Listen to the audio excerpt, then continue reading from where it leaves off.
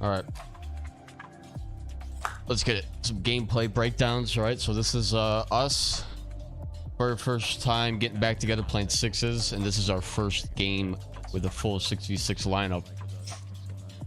So we're not looking for anything too crazy here, just simple, you know, some simple stuff, you know, where we're at, playing our position, and just doing what we need to do. What's up, Skizzy? How we doing? You know, so obviously our the way I guess we're playing, you know, quickness, score. Look at that. Quick plays, right? That was a nice quick feed for a 1T. Of course, the game gave him a nice animation with that as well, that allowed him to blast that with his gold 1T, right? Which is actually quite nice right there. So early up 1-0, right? So here I'm playing center. We got Swaggy playing left D, Sable playing left wing, Skillsy playing right wing, Aero playing right D, and we got Cole playing goaltender. Right, so obviously as you see right here, what we're trying to do is we're trying to forecheck the hell out of their defenseman, and it's not going to be perfect, right?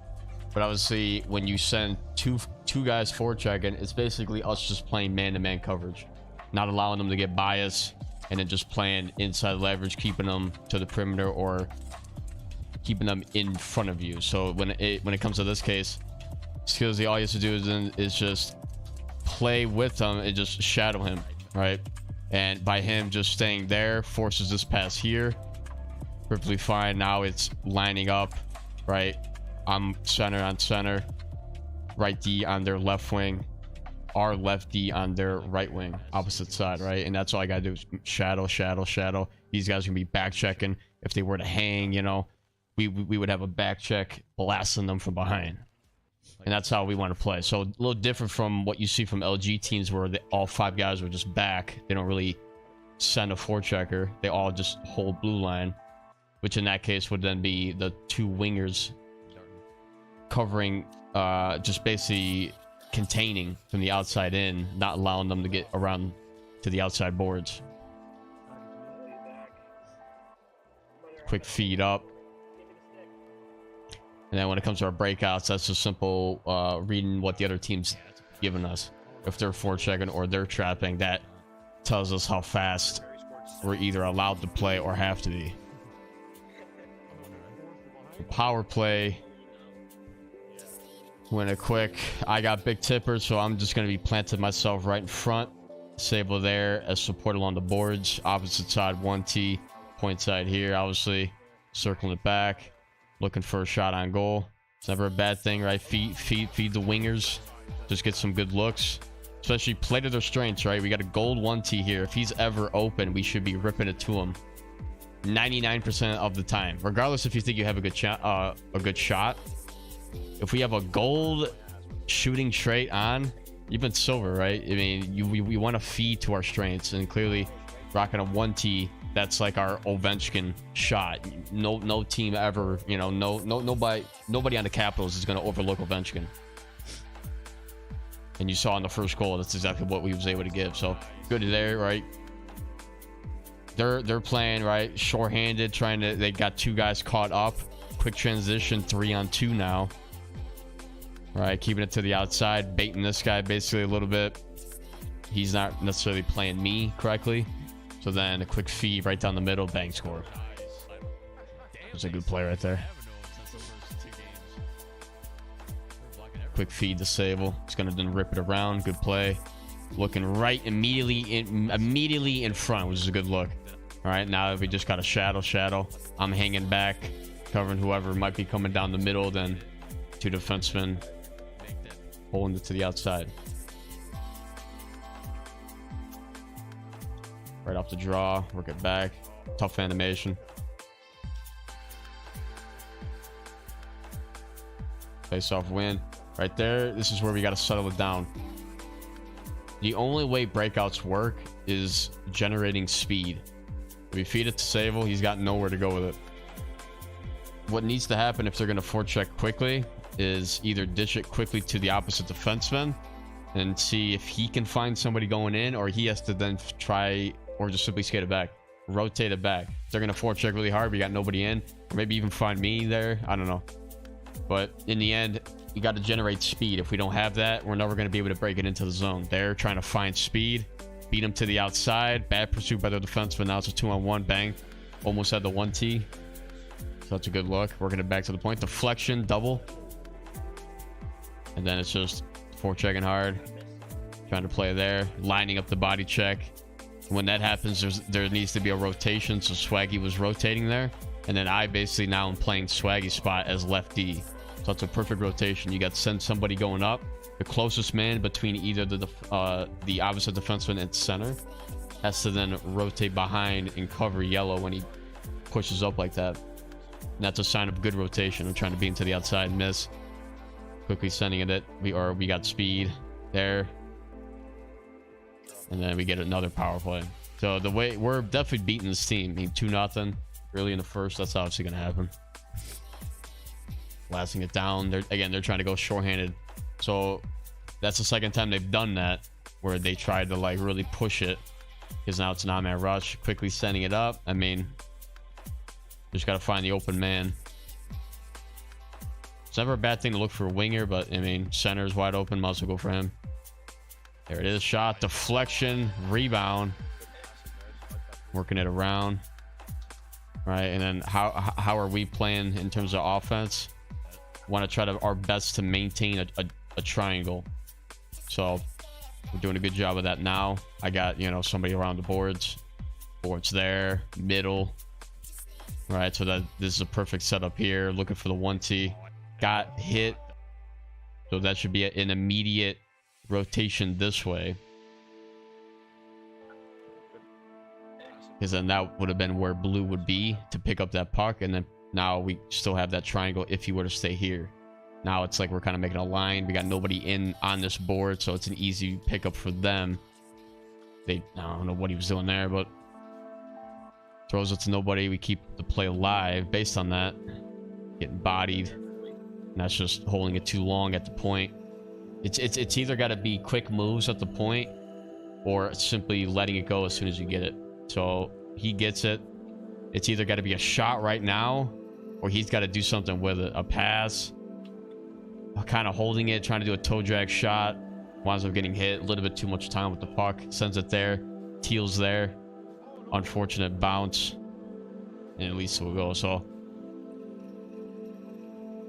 he tried to. It's either he was trying to find green and the pass assist decided to try to go to me, or it was just a bad option.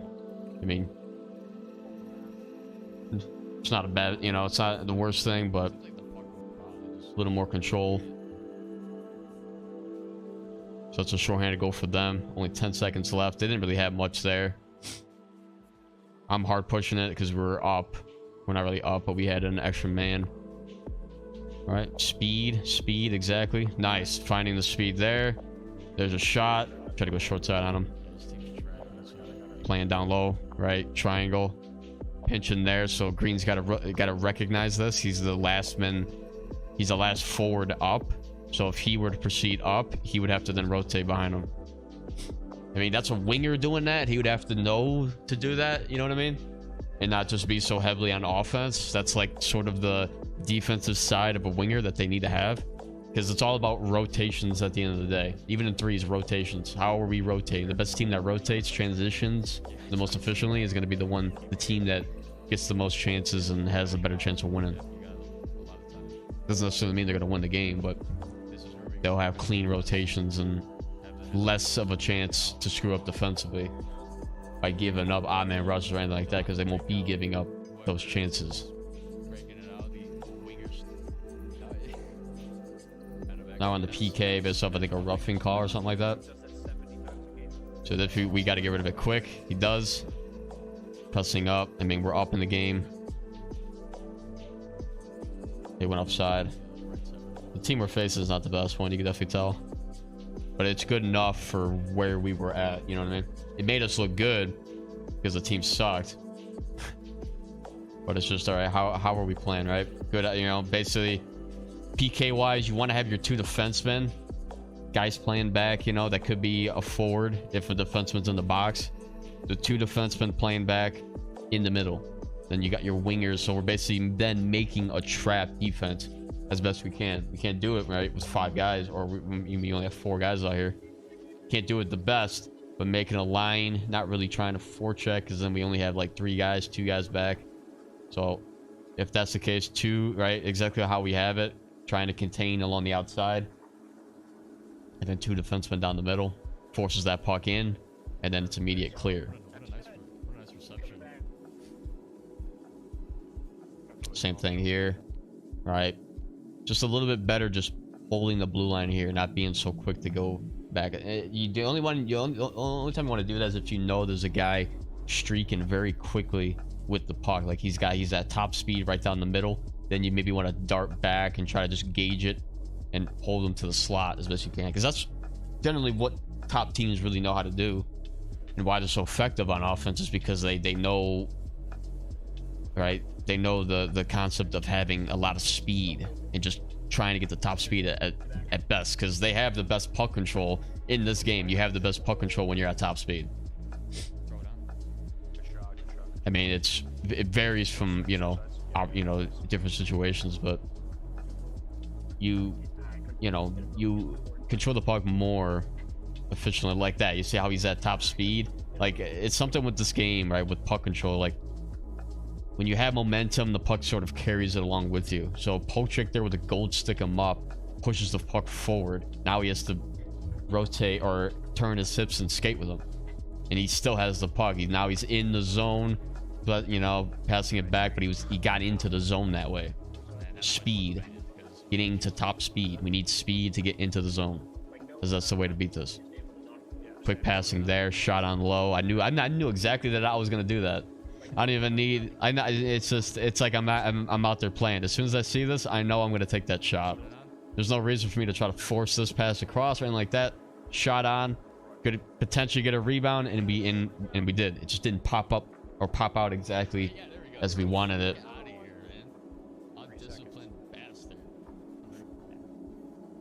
But that's exactly, taking shots for rebounds. That's, part of the game plan.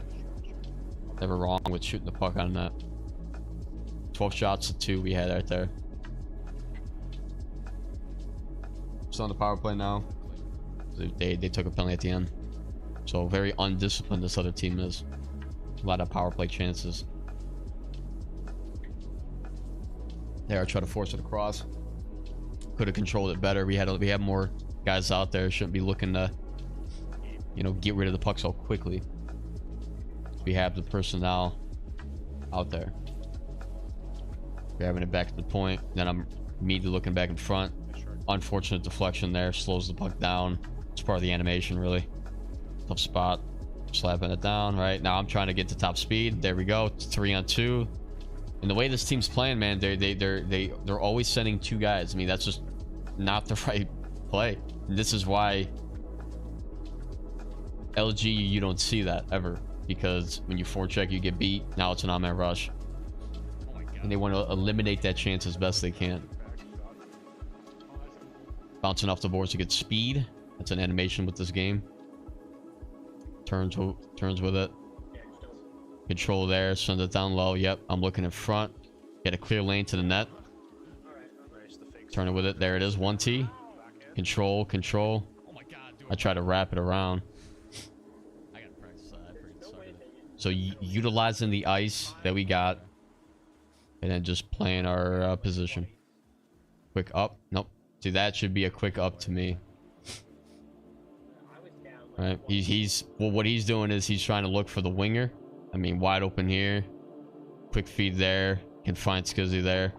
We want to get out of this habit of turning and facing the puck when we're on the breakout. I just don't really see why that's seen. I mean, in the NHL you would see that maybe because it's easier to control the puck and see it. Obviously, when you're skating at full speed straight, you're not just going to automatically know where the puck's at. But in this game, it's a video game concept. Speed forward. That's how we got to think on the breakout. Should never be turning around like this, because then if I were to send it to him, he has to then rotate back to then gain his speed again, and that's not what you want, unless it's an intention of giving and going, like I feed it to him, he feeds it right back to me or something like that. But even then, it's like you're telegraphing that you're going to do that. And that's not necessarily needed. You could one touch still facing forward. So skills or Swaggy's up here, Teal. I rotate behind him. Easy rotation. He's down. Still playing conservative. Now he's back up. We still got 3 guys back. Guys are forechecking. Want to keep to this area. Make our 5 that way. Interception there. Rotating it back there. I could have maybe fed it up, but I'm trying to get into the habit of having our defensemen, our 2 defensemen, break the puck out, because that's a job that they need to handle and be efficient in. So rotating it back, he could then quickly feed it up if he wanted to, but it's never a bad idea to just sort of settle the puck down. Green, making sure we're over here. That's the second time where we've seen that, because he's got to play to his strength too. I mean, just play to your, play your position. No need to do, to go above and beyond for anything. Making sure we're in our lanes is the main thing with a breakout, and having our defensemen control it, because it limits our defensemen. It limits our defenseman's capability of controlling the puck or actually breaking it out efficiently. Because right there, you have Green right there. It's an easy pass across there. Now he's got, so much, clog. Everybody's clogged right here. He's got nowhere to go. He's got nowhere to go to pass this. So he has to wait for something. And then again, we're not even at speed here. So we're going to wind up getting hit there. Had to dish it. More efficient team trapping. That's an easy trap play for them.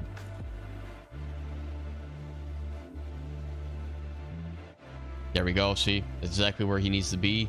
Pressuring, gets the puck, take away, and then we get a chance based on that. Trying to feed it back from cutting. That's a force. Wasn't the best play there. Now there it is. Good play. No, those are the plays that we just need to keep mastering. Quickness. Find the 1T, and we found it again. So that's just hard work getting off of his zone, based off our forecheck. But that only happens if we're staying to our lanes that way. Nice video on center. Oh, thanks, man. Yeah, I want to keep doing the center videos. I did like an ultimate defense guide for like teal, like 3s and things like that. I want to do that for center 6s. That's why I'm playing center right now here in these games that we're playing.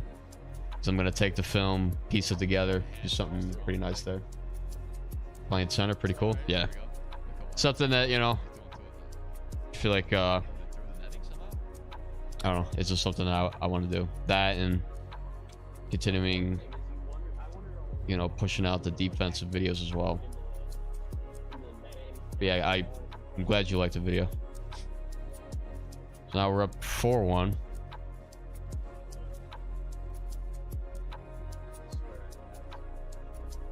Notice there isn't any others, right? Yeah. There's not that many, about anything really.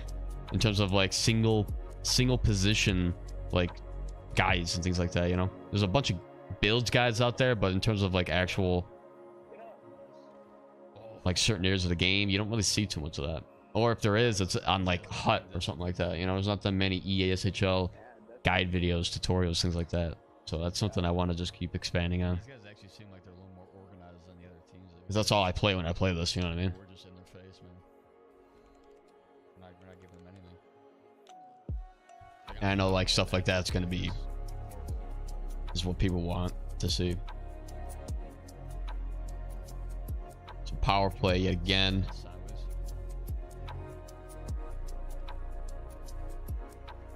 Forecheck.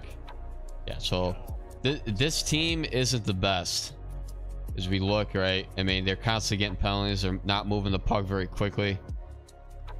Let's just take a yonder at what this other team is doing right here. So our second game, it's kind of just picking a spot anywhere, really.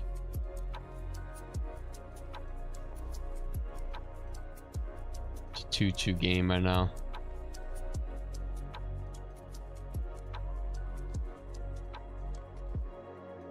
Yeah, definitely want to get out of this habit quickly. That's something I'm seeing him do a lot. Sort of back skating with the puck. Because if we're all going straight forward and he's back skating like that, it's an immediate offside. Like we have to wait for him to turn with the puck. I mean, if he was at top speed, he's getting to the outside here. That's an easy break-in. You know, good patience. I mean, he's trying to quickly send it to green again. You know, let the play develop. Beat the 1-4 checker, settle the puck down a little bit, and then see your options, right? Let's say he did that, and now he's around. You know, we don't have any. We have 0 speed here. I'm trying to generate speed going this way, but if he's at top speed facing the other way, well, not top, but like moving forward, he gets this puck and he's around the outside potentially. This guy lines him up. Maybe he gets around the bend. Who knows? But that's where forward mentality is where we need to be. And same thing here, right? Contain. So pucks in the corner, they're forechecking. It's got to be quick movement. If you're green, you got to immediately get to this area as quick as you can. Because if I'm teal right here, I'm gonna probably chop this puck.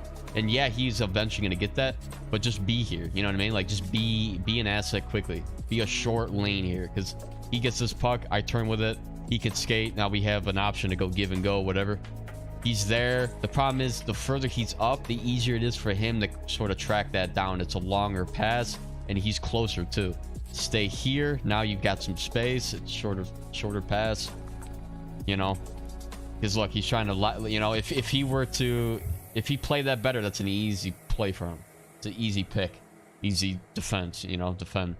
He gets beat. I mean, that's just 1-on-1 getting beat there. But that's not a good play by us. People either play too far or too close. That's definitely true. But it's never the closer you are, the better.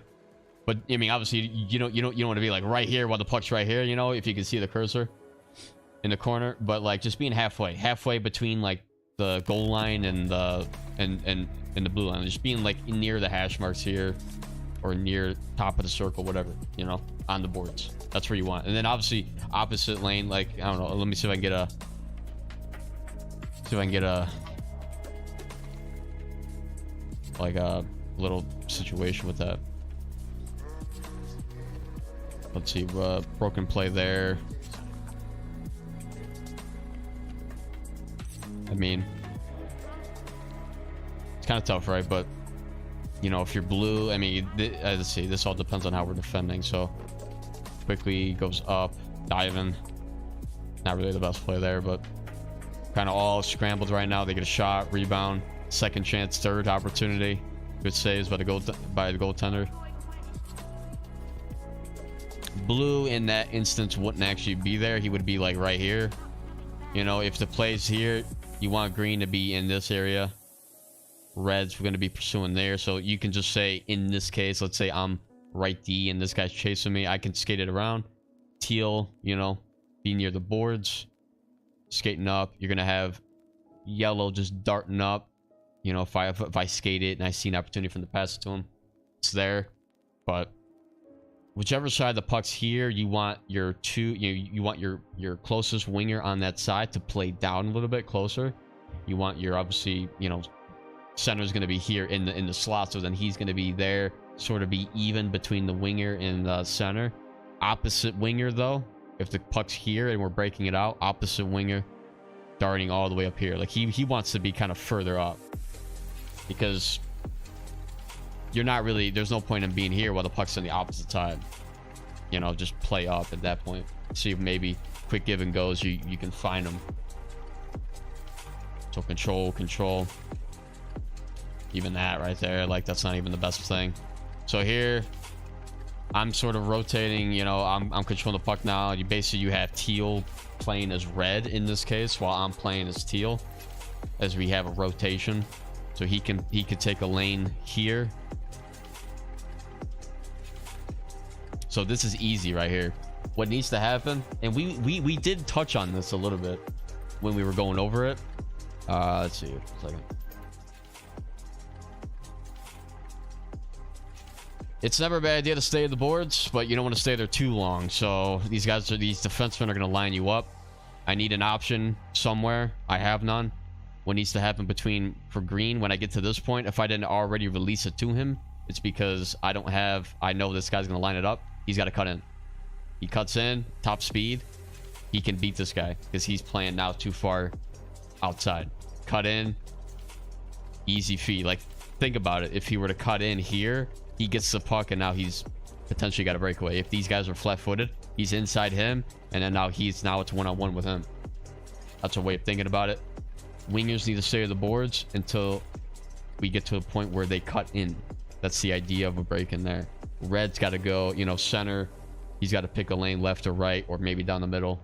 He's got more play. Wingers stay to the boards, cut in, let you know, near the end when we're starting to cross the red line, or even like before that.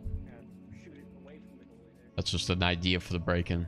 That's something we got to just keep doing, keep mastering, is that even if we're quickly moving the puck up, but if we're controlling the puck, we need options. So forwards got to do their best to give the option, and they gotta read the play themselves. They gotta know if they gotta cut in or not, or stay boards. You know, just find the open lane, because otherwise you're just gonna, you know, you're gonna get lined up for a body check, and that's not necessarily on the puck carrier fault right there. You know what I mean? For like a suicide pass, it's gotta be a better. Sometimes it's gotta be a better lane by the forward on the breakout.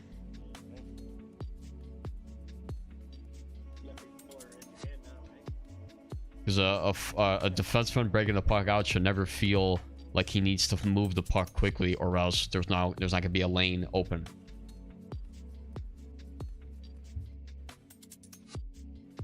So this here, it's definitely good. You know, in this case, he can play the way he's doing it.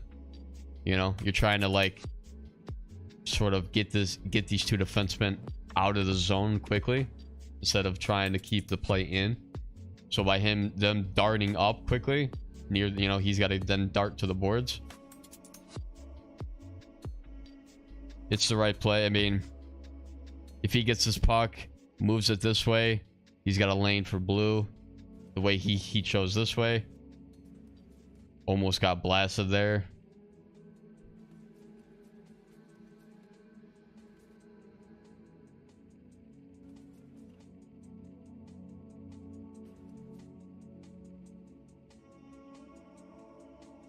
Kind of tough because I mean he did beat him, but I mean could have very easily, like, that's a close call right there, and then we wind up losing it anyway. So covering center lane, and then now it's a quick feed, broken play, chopping it on front, quickly send it back to the net, score. So that's a good play. I think he tried to chop it around. I'm not sure if his intention was to chop it in front. Finds its way back to the point, and then find the shooting trait, or utilize the traits. I got big tipper, let's utilize it as quick as we can. If I'm in a good spot, why not just send it to the net? We don't have to look for the great play. Big tipper does it for you, and that's a perfect spot, exactly where we need it.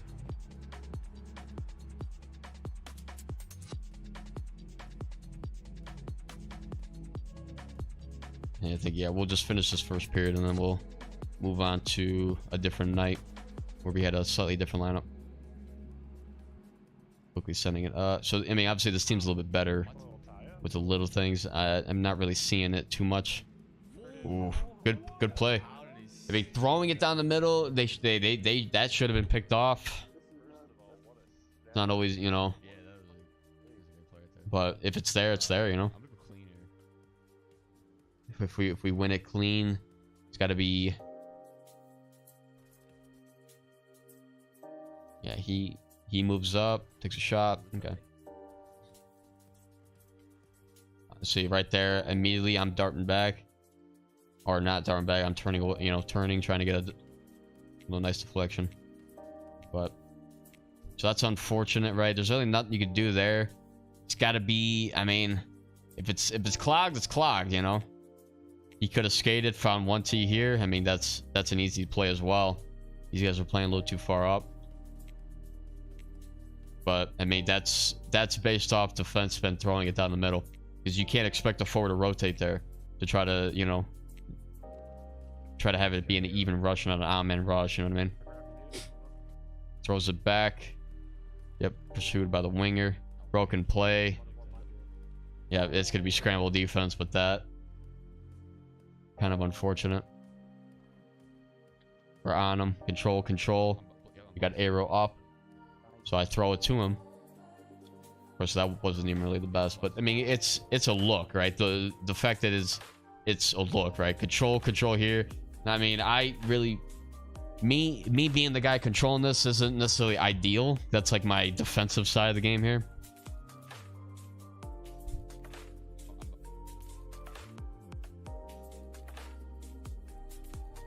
I mean, I don't know. I'm just trying to see like better opportunities for our wingers too, because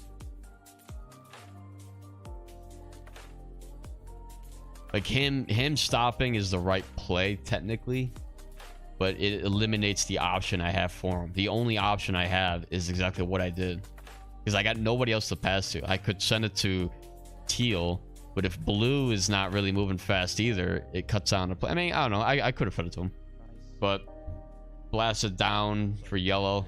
He's streaking, you know. But that's got to be like, I think, a call out.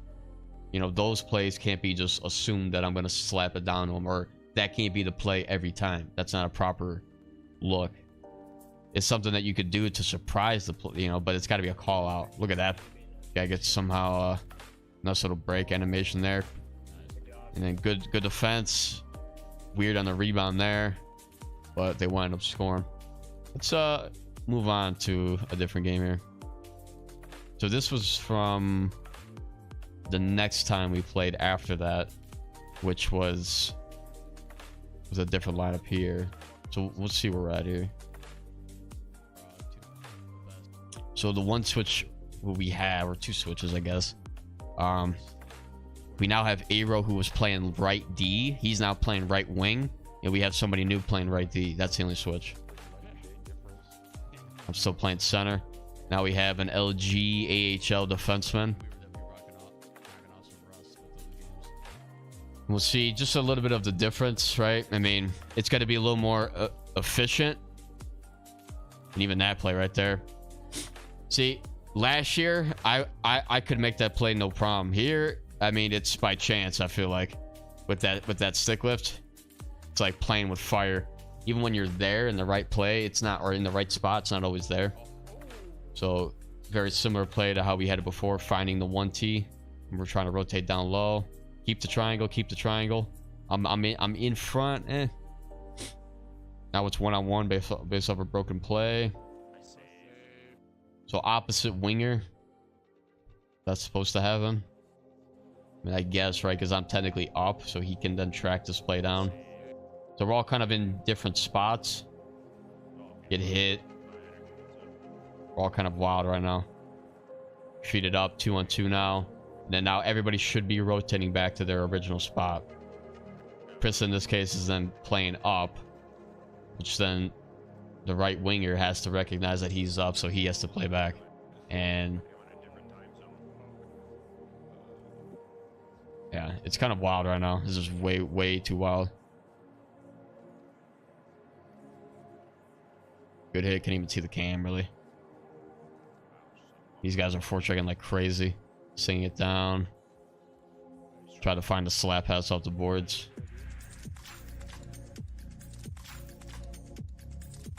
I definitely see where he was coming with that, because where he was going with that. So he's doing basically a slap pass. Well, not really. It is a slap pass, basically. Slap shot. Basically, you hold the right bumper, like you hold the button that you would be for saucing the puck, and you do you just take a slap shot, and you have to aim it with the left stick. So this isn't a slap shot that's powerful. This is a slap shot along the ice that if it hits one of our sticks, it's going to be an easy reception, an easier reception than if he were to blast it to somebody. Try to have him get it. So he stays boards here. He gets this puck, and now he's got a chance right to the net.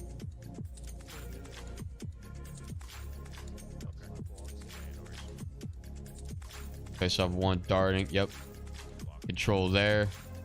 Gets hit. Yeah, these guys are very quick on the forecheck.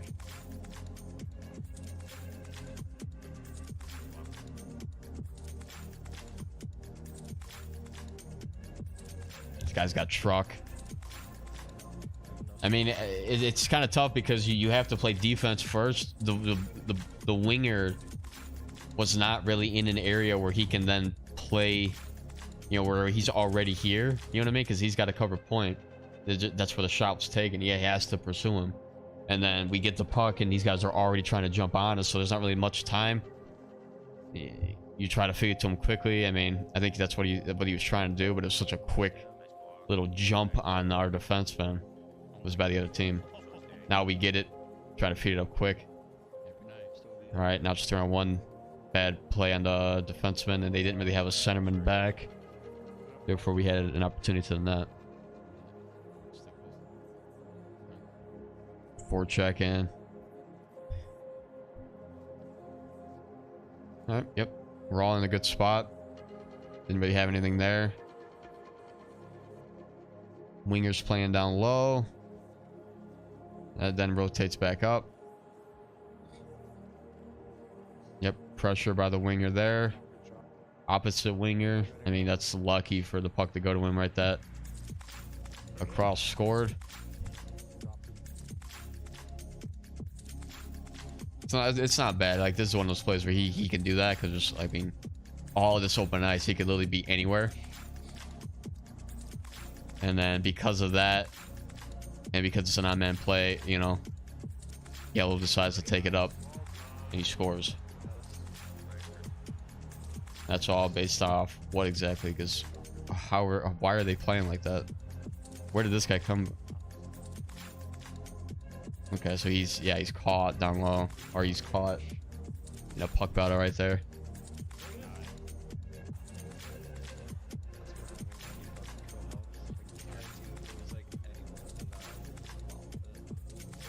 Yep, face off win. Shot on, low shot. Not a bad play there. I think it was the intention.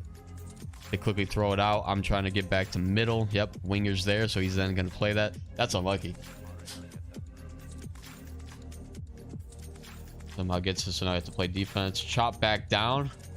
Right here, where he's got a lot more time to play.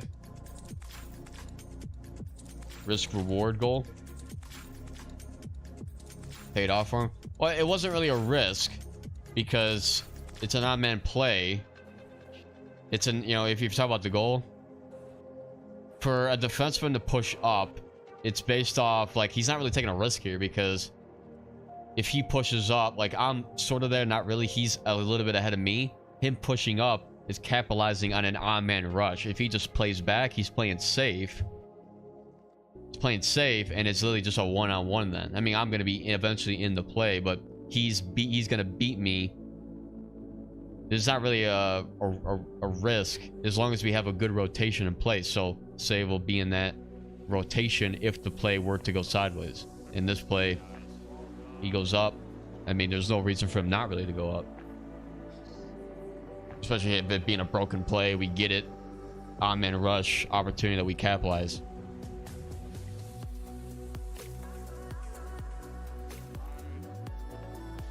So let's see here. Chop back down.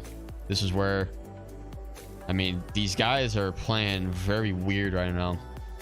Which you could say that about every single team we faced. So him being able to slap past that again along the boards is a play that he's been doing quite a few times this game. And we get an opportunity based on it. And it's literally him just blasting it, the right winger beating their defenseman. That's why it's such a quick play to go up. Hanging out to the puck too long, and they get it. And that's just us holding the puck a little bit too long instead of getting rid of it. Could be a bad pass as well. Sometimes if you're a winger and you pass it back and you're kind of putting the defenseman in like a telephone booth where he doesn't really have much time and space to do anything, and he loses it, that's forward's fault, not the defenseman. He's got to, if you're going to pass it back to him, it's got to be good, you know, for him to have enough time to make a play. Lost the puck here. Quick play. So two guys here. You could send one. Nope. Not really the best play. Patience, patience. These guys are darting. Since I'm up, Red's got to, or Blue's got to recognize he's got to now play right D, and he is darting there. We pushed it a little bit too much. Unfortunately, that's a hard RT pass getting by.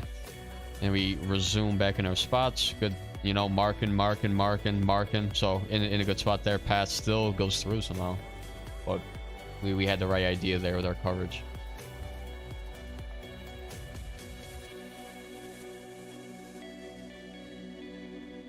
So mainly like what I'm seeing, you know, a lot of quick feeds up. Just in terms of our breakout against a team that traps, which will eventually come into play.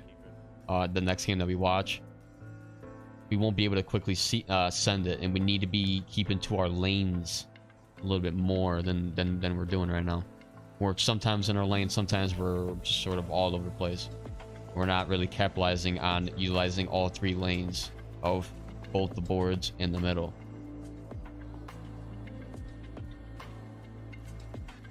Puck goes around. They're not really forechecking. He's got time. He sort of fed this a little too quickly. You know, if he skates a little bit, let the play develop. Even if he does try and bull rush him, if he skates this way a little bit, he's got options. Sent it a little bit too quickly up. Now, you know, quick transition for them. They get another play. Sable's now caught down, so now rotation there. Not a bad idea.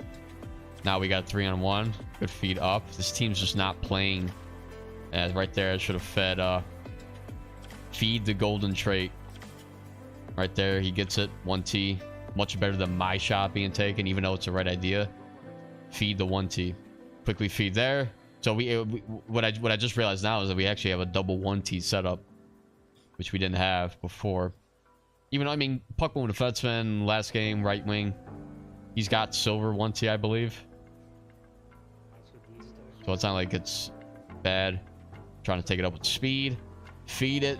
We did score, but it was no time left.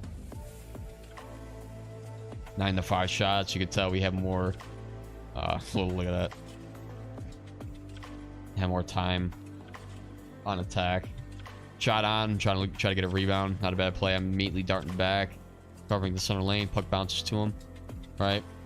Cover there. Coverage there. Coverage there. Nice. Right to us. I misplayed that. Quick feed up. But our style right now is just quickly feeding it back up because they got guys caught up. They're not necessarily rotating.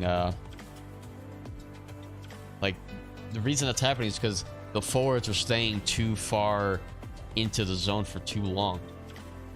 They got to recognize that when we get the puck, they have to immediately, or even before we get the puck, like, you should be able to predict when somebody's going to lose the puck, or if the puck's bouncing and we're the closest guys to get it, we're obviously going to get that puck. The rest of the guys have to play, like, their center has to rotate back. He's not doing that quick enough. And I think they got a power forward here too, so I mean, that's just, he's a little too slow. He's caught up again. Now they have a winger trying to dart back. That's why, I mean, power forward at center, it's not the best idea, and especially with the speed of the game. Like, you kind of need a playmaker center with 94-95 speed to play the transition game most efficiently. You got a power forward doing that. He's got to go up and down the ice, and that's even if that's him knowing he has to do that, because that's a centerman's job. Got to rotate behind and just cover center lane. He's darting back now, but he's caught up a lot, and that's literally killing their own team right now. So fight. Now we got AI. Let me actually fast forward till we get past the AI. I can't stand that. I don't even know what's happening here. Shot on, rebound, score. That's just recognizing we got a winger darting. Needs to get that. Right now we're back up 3-2. Quick play. So here, I don't know what I was doing there. Control the puck a little more.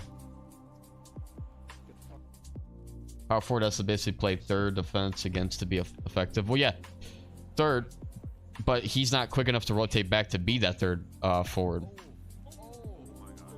Or that third guy rotating back.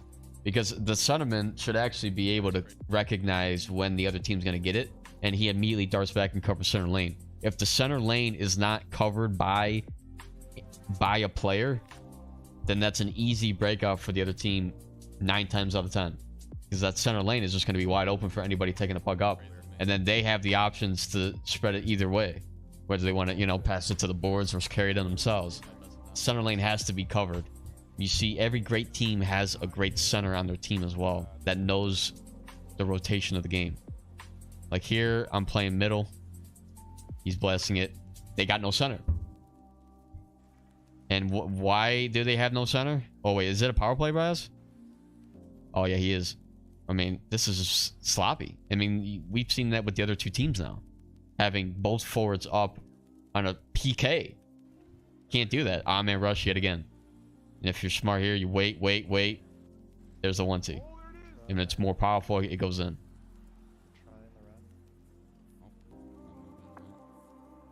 So, but you see me, 94 speed rotating back, and now I'm basically, and I blocked that pass.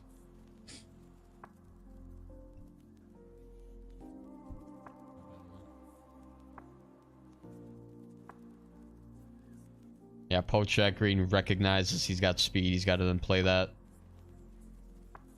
We got nobody there then, you know? That's kind of a tough play there. You can't really, I mean, if I had seen that, maybe I could then be that, but I don't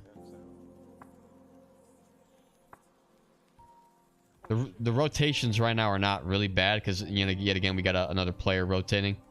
Broken play. They're not bad. They're just not very clean is what I'm saying. Like, because we're quickly feeding it in an area that isn't there, you know, that we don't have a player occupying anymore. So there it is, feeding it to, yep, he cuts back, yep, find the play there, finding speed, still has it, playing it deep in the corner.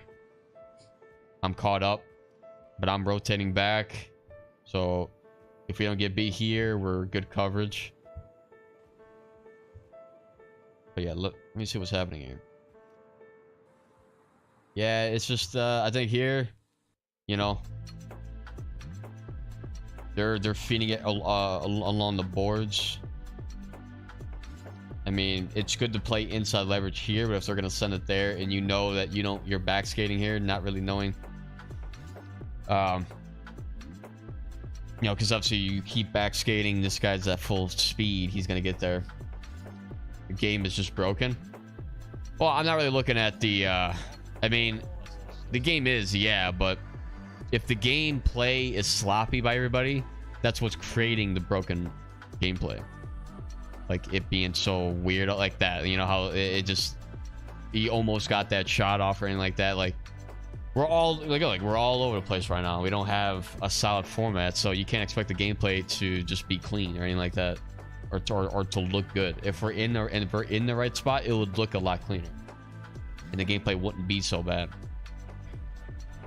But like that right there, I mean, we're all over the place. Goalie couldn't cover it in a sense, and that's what caused that. And it's kind of weird. But that, I'm not even really looking at that right now. I'm looking at where we're positioning ourselves. Are we in the right spot? Are we not? What plays are we looking for? Are we taking the right lanes? And then just, you know, basically playing off that.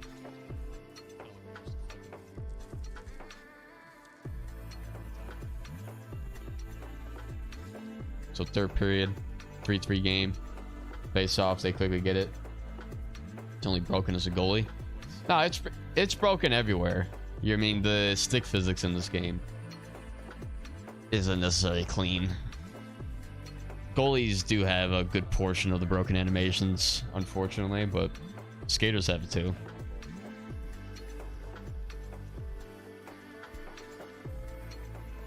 Yep, see, speed into the zone. Him at top speed allowed him to keep possession of the puck. You know, that's literally momentum of the puck continuing into the momentum of the player. And that's how he's able to get that puck all the time right there. Shot on, deflection. I'm there in front. And then I'm looking right here. Because he's there, I was then trying to just play there. Trying to occupy this space here.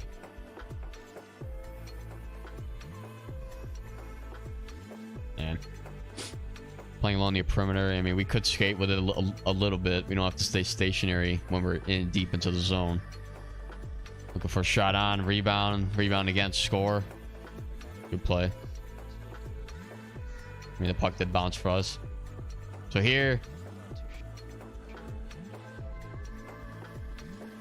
I do notice a lot of teams doing that. They'll like forecheck and then they'll back off. But he backed off a lot.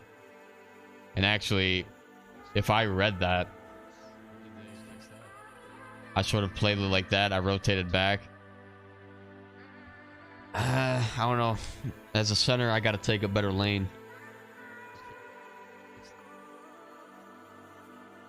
Nah, not really. I mean,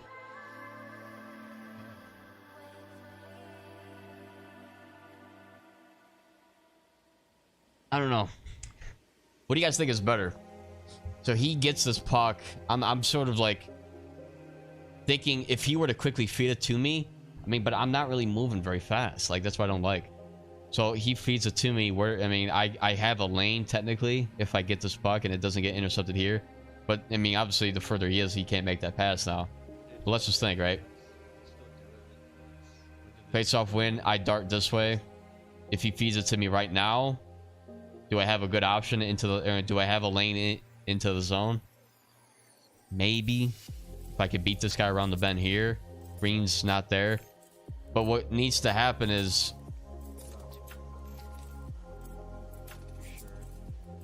see, now if I were to move up, it would make more sense for that pass to go through.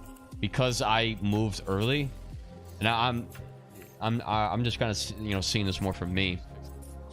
So he rotates back to, you know, avoid the forechecker. When he starts moving up, like imagine him still carrying this puck up, and because the reason he darts, he moves this puck here to the opposite defenseman is because we have nobody moving up now. Now we're all just stationary. Just something you just hate to see. I'm at least trying to keep a momentum going, but we stop here. We stop here. We got nobody moving forward. So we skate this here, and now, okay, now see, now he's got a lane. But I'm just saying, you know, let's say he still had this puck here, and I was then, instead of me moving super quickly, I just stayed there, waited for him to then move up, and then I started cutting this way. That would be just like a lane. But, you know, him moving the puck quickly here, I then quickly turn, and now I'm starting to cut this way, you know. And I could have took an even better lane there if I were to read this guy and just start moving this way. He finds green, which actually that is fine. If you are the wingers right there, you could stay there, because, you know, he's moving back. So why, you know, you can't move forward, obviously. You're in.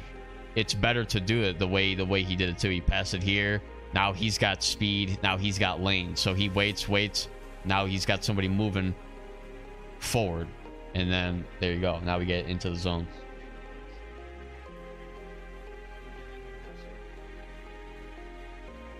Good coverage there. So now I'm moving up. I'm then gonna find green, take a shot, score. That goes in, huh?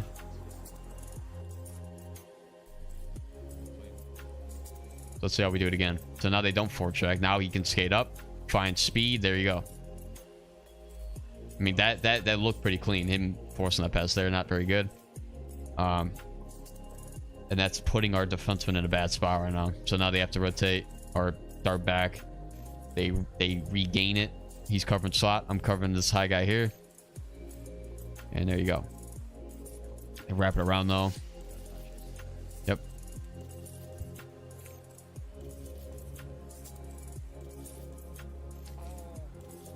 Okay. I mean, we're there, you know. What the hell was I doing? Forecheck.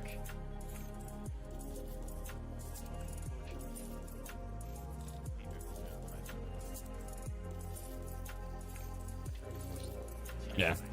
So broken plays, that's pretty much what generated that. Alright, so that's the end of that. So this is another game that we played, I think, on Wednesday. So now we have, I think, the same. No, we don't have the same lineup. I think we don't have. Oh no, we do have Swaggy in.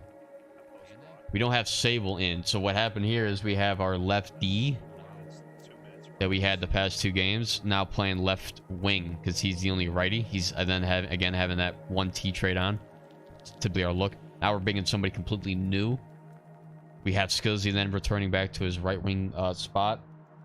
Aero now returns back to his right D spot, and now we have somebody new playing lefty. But reason this team right now, in terms of teams that we played recently, they seemed like they played a little bit more like the LG teams. So speed there, they get into the zone, kind of all over the place. Quick transitioning play there. Try to find the 1T, and then now we got to dart back again. There we go. It's kind of tough. Put our guys in a bad spot there. Because I'm rotating deep into the zone here. We feed it here. It's a broken play. All 3 forwards are caught up. 3-on-2. You know, it's so the only way that you could play this is defense. You kind of just have to play middle. So right there, if he'd stayed where he was, he could have had a poke on the puck, potentially making the play outside. So it's better to anchor yourself more to the middle and then branch out if possible. Trying to do your best to contain the wingers to the outside, or the puck here to the outside. But then sort of drawing the defenseman there, finding Doc with a shot, rebound, and then now we send it. Defenseman there is lining that up. So what needs to happen?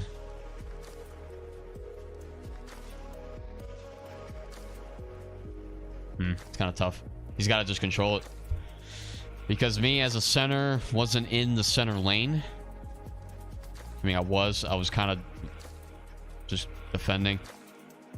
The reason I'm saying that is because if I, like, let's say I was right here, he feeds this then the green and I'm darting. Well, no, because he didn't even have time here. But like, that's the look that we're trying to give. If we're gonna send this along the boards here, and they're sort of drawing like that might draw the defenseman. We need space. So right here is where green needs to be. He sort of just needs to hang. Yeah, it's not. It's a bad because he's hard pushing that.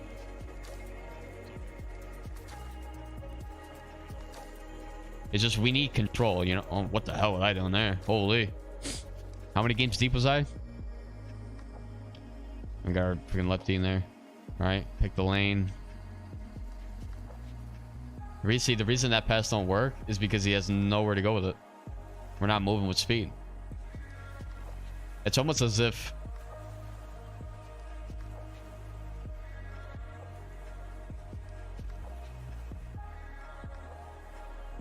yeah, it's kind of tough. I don't know. It's tough on the timing because like I'm trying to think, if I was a winger, how could I play that? You know what I mean? So like if I'm opposite side here, I'm gonna be like where Swaggy's at. He gets blasted here, forcing him to stop. We got now nobody in going forward. It's just got to be control. I don't even think he can, unless he. Well, I mean, he's in the zone, but like he has nowhere to go with it.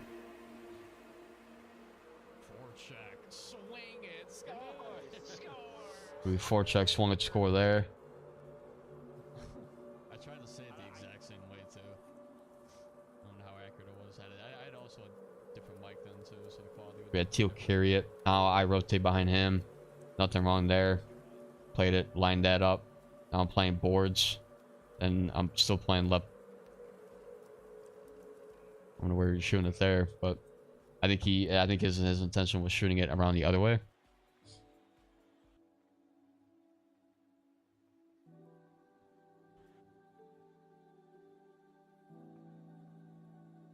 I mean, hard pass could get picked off here, sauce it, or feed the other, or feed him again. Like, here's what needs to happen, right? As let's say you're, him, he's okay. We're all over the place again, but yeah, he's basically red. I'm green, and then he's teal again. Let's just put those icons there for a second.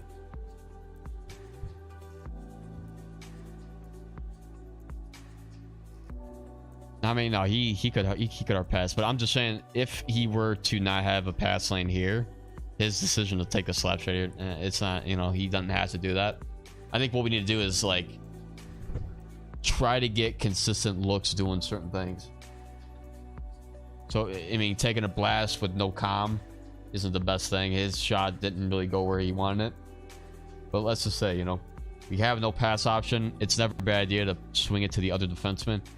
But this guy has to be ready to do something with the puck. He can't be like getting the puck and then like not seeing potential options if he were to get it. Because what I do is if I'm the other defenseman and I don't have the puck, I'm either gonna rotate behind the defenseman so that in case he loses it, I'm then back, or I'm gonna play side by side. And if I'm side by side, I'm seeing, all right, if he were to make this pass, I'm quickly sending it up. It's got to be like one bang, one touch, and we're there. Or quick pass and then find him, you know what I mean? But that's how quick it's got to be. Like, everybody's got to be ready to receive the puck in any given moment. Yeah, good patience, and then we get up. I mean, that's exactly what you want. Finding speed. I found somebody else with speed. Good play there, containing. All right, body checking. All right. It's kind of good, he sort of played his spot. If we had, blue there, he could have then pursued that. But see, here's what they're trying to do. They have their defensemen are going to be controlling the puck. He gets it, bounces off the boards. He's looking to just dart it, dart. He's got option there. I mean, he didn't have anybody here, but if he did, he would have had a clear lane right there to take. And that's miscommunication there. But look at what he's doing. Control with the defenseman. That's their green player. What does he do? Once he gets to around this area, he starts cutting in. I mean, he would have had that if he'd stayed to the boards. But a lot of wingers do that cut in play. And that, I mean, I've done that many times to my wingers where I miss the pass. I try to sauce it to them and they cut in at the last second. So again, control. He's darting up, moving forward, trying to find space. He's trying to control. He didn't have it. Now he's rotating back. Rotate back. Now he passes it along. Now he actually tried to move again forward with speed. I mean, this is typical LG. I mean, they're not looking very solid in it, but it's the idea of what they're trying to do. We're forechecking. He's trying to generate speed. He's trying to, he's trying to find that sauce again. Feels a little bit better angle. He's got the puck along the boards, and now he's in. But that's, both wingers stay at the boards. They cut in last second. Or if you tell him stay boards, you sauce it, he stays there and he gets it.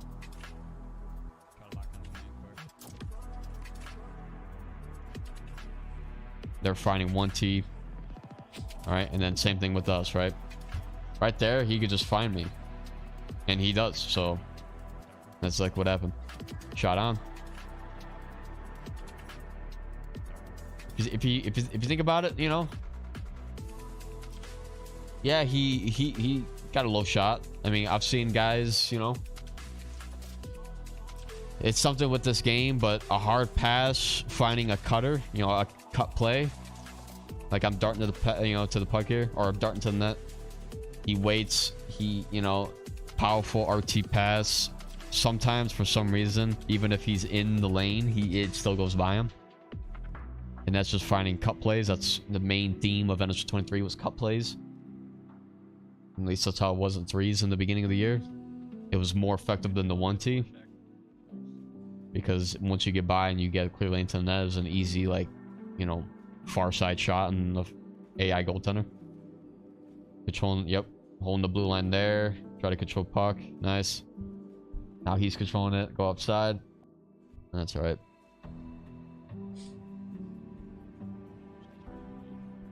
Alright. Goes into the zone. Yep, right off the draw. So I got to read that he's already there. I should have been more in the middle instead of my lane taking it behind the net. And then just keep the triangle.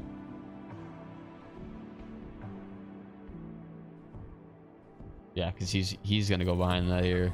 I just have to stay here. Goes back. Seems like every time we feed it to the point, it has not been the right play. It's got to be, I think, just more control, more confidence with the puck when we're in the zone down low. What? I don't know what I was doing there. It's like I saw what Chris did a couple nights ago, and I'm like, I want to do it, and it just didn't work at all. I'm like, yeah, let me find them all on the boards there with no speed. Screen a lot of center. And that's typically what you'd want to do. Especially when you got Big Tibber. Big Tibber right there. So I'm chasing. I mean, green. Alright, he's going to get that. And then blue's got to recognize he's got to rotate. Now, rotation there. Nice. He pinches. Wrong play to pinch, but as long as we're getting the rotation in place, that's good. So what I'm seeing right now, I mean, it's good rotations with all the games I'm looking at. What needs to happen is we need to stop pinching as defensemen. We need to just we need to play to the man. We just need to stop trying to make a play so early. Because look, there's no need to make a play like that. If he's going to get it, just play with him. Is there a right or wrong side to try for tips? Right or wrong side? No, if it's there, it's there. I mean, it's almost as good as a 1T. If not, it could be just as good as a 1T, especially if somebody has Big Tibber on. It's never the wrong play to go for it as long as the shot goes through. If it's not there, like there's guys in the lane, then don't take the shot. But it don't matter, you know, if you're positioned in front of the net, you know, if you're facing the puck on the side, as long as your stick's in the middle, I mean, you're pretty much golden. But yeah, it's never a bad play to go for it. But look, he's got to just play here. I mean, back skate a little bit, see if maybe you can get a poke on it, but just play to the man. Since he's beat, now he's got to rotate. He gets beat, and then shot score. I mean, so yeah, and we just need to know how to cover a one-on-one too. So yeah, we pinch. It's a good rotation. The idea's there. Pinch. All right, whatever. Rotation. What needs to happen here is he needs to turn the other way, like right now. There's no need for him to backskate here, because there's nothing he's going to be defending in terms of him making a pass. He's got to just turn his hips and run and skate with him, because he's at full speed while he's at half, less than that. And then he turns and tries to make a play on it. It's just not going to work. He's there rotating, playing right D. You know, he's in the right spot. It's just we got to be a little more solid with what we're trying to do. Rotation there was nice. In the end, we just got beat 3 times.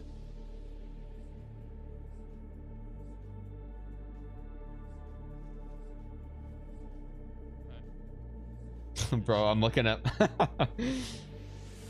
I'm looking at my face. You guys can't see it, but actually wait, let me turn off my cam real quick. Look at my face. Hang on. Watch my face right here.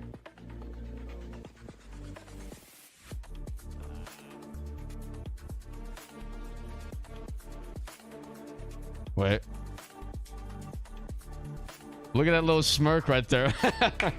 I'm like, because I'm like looking at that play, and I'm just like, bro, we just got beat like 3 times right there. That was literally what my face was right there. I'm like, yikes. And then I'm like, all right. Like, I definitely wasn't, I mean,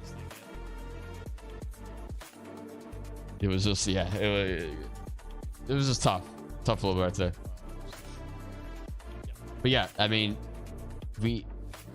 defensemen, and this all just goes with just, you know, getting the reps in playing defense. You need consistent reps on D, seeing those plays constantly, knowing what you can pursue and push, or make a play on early versus the ones where you need to make, you know, you need the play to develop and give yourself the better, the sort of better opportunity to make a play, you know, or give yourself the best chance at the play, I guess, you know.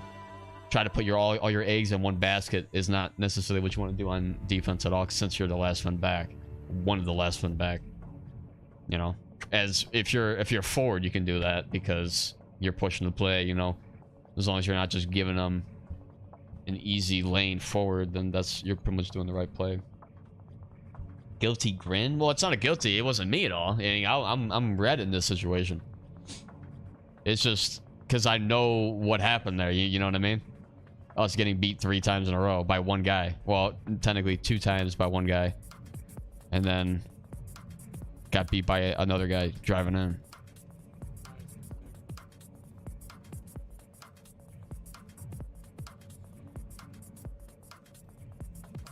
So I pushed right there, got beat.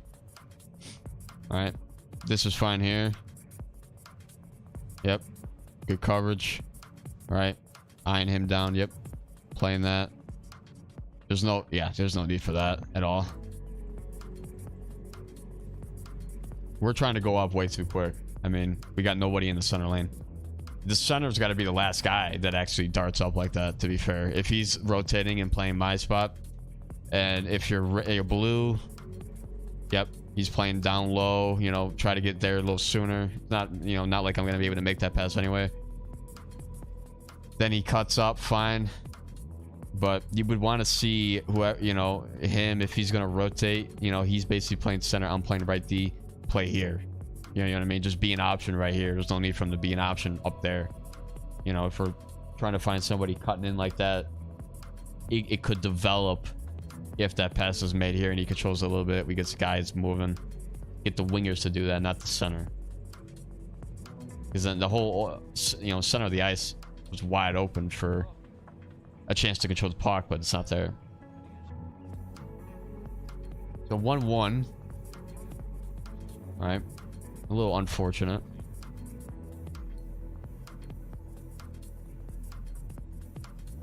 I feel like I gotta take a little bit better lane when I'm playing center. Like I'm sort of like half moving, half not, because I'm trying to find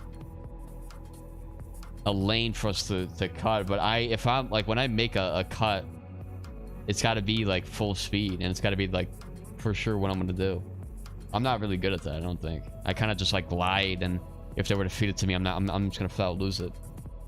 What's up, Chris? One thing D have to do is really recognize when pinching is if the puck carrier you were going to step is the highest forward leaving the zone, and the other forwards are covered well enough to do so. But hang on a second.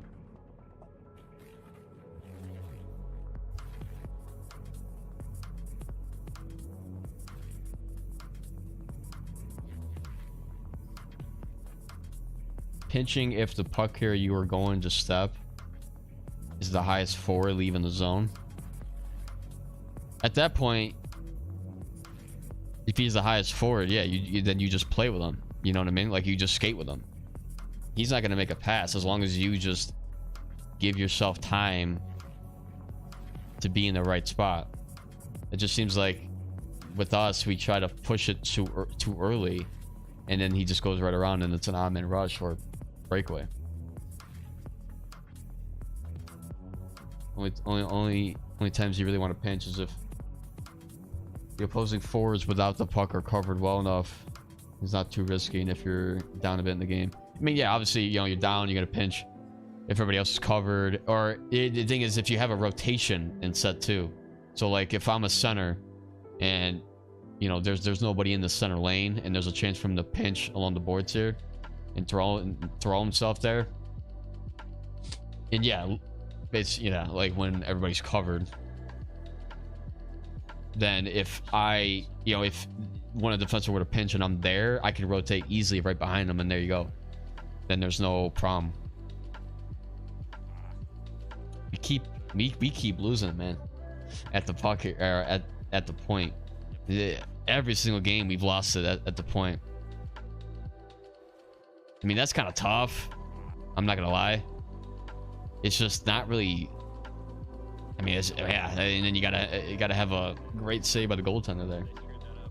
Also, another time to pinch is when the forward gets a pass on him on the boards, and you go up to hit in time as soon as he gets the puck. Exactly, yeah. Like when you time, if you time the play, then yeah, obviously, you know, you can even throw a poke or whatever, pursue him in a way. I didn't play that right, so I skated up. Yep, 3-on-2. So since Teal was up, which, okay, I can see why Teal wants to go up.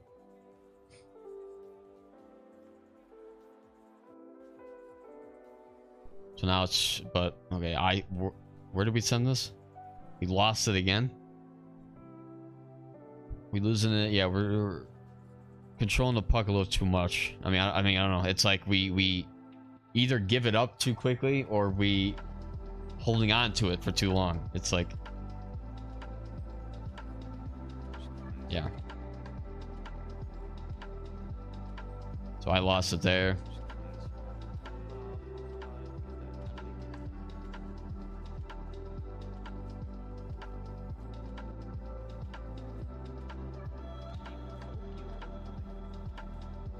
Yeah, no, it was a good poke.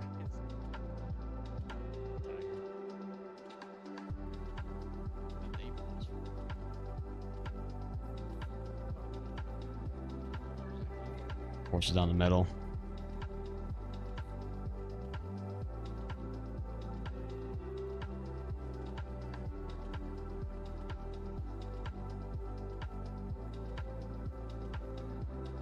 And yeah. I mean, Chris, what's your thoughts on in terms of the breakout?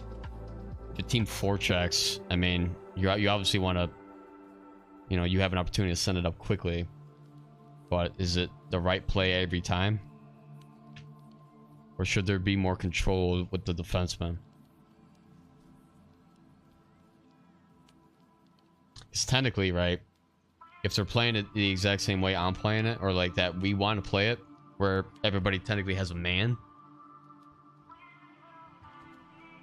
Let's see, where was it?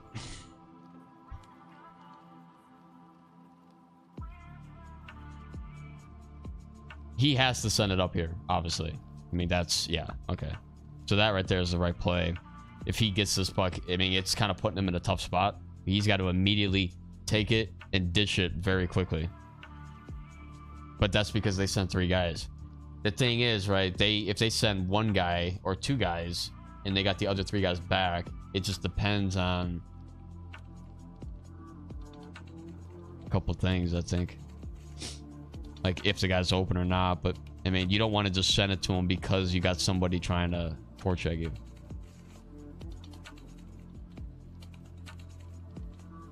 Force it quickly. Got it. Shot on.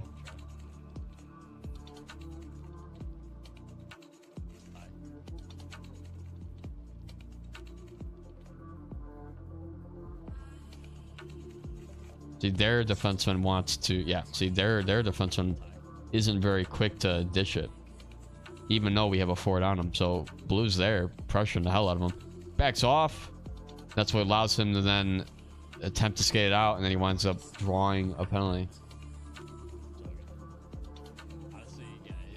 That's why it's got to be just keep the pressure on. So he's gonna you forecheck. And then just follow him, actually. Or stop up here. You know what I mean? Instead of stopping up here, stop up right here. If he's going to go back and forth, you could literally just play this goal line. You know what I mean? Because that's... we got to understand, like, the guys who are forechecking here, in this sense, the wingers do not have to successfully get the puck off the guy at all, by any means. They don't have to press one single button if they don't want to, technically. In a perfect world, if our strategy is perfect and we're all in the right spot, the forwards do not have to get the puck off them at all.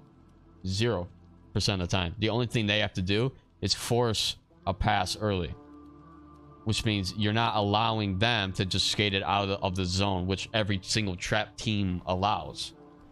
You know what I mean? That's the opposite of that mindset. So him forechecking, poke checking here, it's not even needed. And he would have been beat anyway. Because he was throwing his poke out, slowing himself down. All he has to do is just stay in front of him. Regardless if that's going back and forth, back and forth, back and forth. The longer you delay the defenseman breaking the puck out, the more time we have to cover. To stay with our man if we're beat in some sense. And that slows them down too. Because they can't move at top speed. They're forwards. Because they have to wait for the defenseman to go up. But if you're just in his face, you delay him so much that, you know, you don't really give him time to do anything. And that just screws up with the timing of everything. And that's why you see all these break-ins from LG teams. Every single team traps that allows teams like that to just speed, right? So he's in. Yeah, I mean, if we play tighter. So here, he's at top speed. We're back skating. This is just not the right play at all. Nice move, finds him. Skates up, because we don't have a... Well, wait, oh, we're PK, right? Okay, well then that should have even been played differently. Because then now we don't want Green to forecheck them. It's easy for LG teams to trap because that works across the board with everything. PK, you trap. 5-on-5, they trap. And here it's like you go from a forecheck style to now we want Green to actually just play boards and force the play in. It's like, you know, it's kind of tough to do that. That's why a forechecking team, they have to know, they have to be able to match that skill, and that's a penalty. All right, here he can control it. He's trying to find speed into the zone, and he does. Finds it. These guys are flat-footed. Back up top, moving it across for the 1T. Good look. 4-on-4 right now. Now it's power play for us. Right there, I'm going to quickly send it to him because he's got. We had the play. There it is. Look, 1T. Rebound. He scored.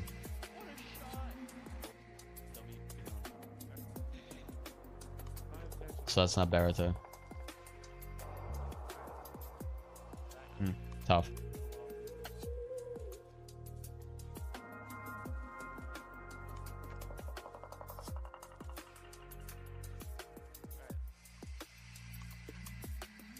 Where do I go?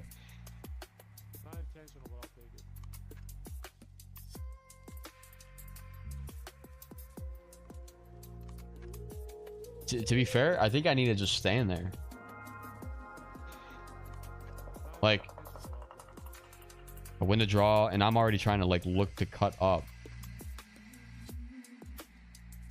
And actually, I should be cutting towards the defenseman breaking it out. I think that's an easier lane. I'm cutting away from him, so he makes this pass. It's in the zone there. You know, it's like he's already in the lane. But let's just say I stop. Like I'm just looking at myself. Stop. If I just stand there, stand. Now I start cutting.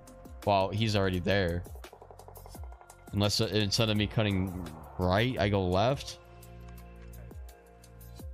Because let's say it develops a little bit. And I'm more here instead of where I was, where I went from here to then cutting left.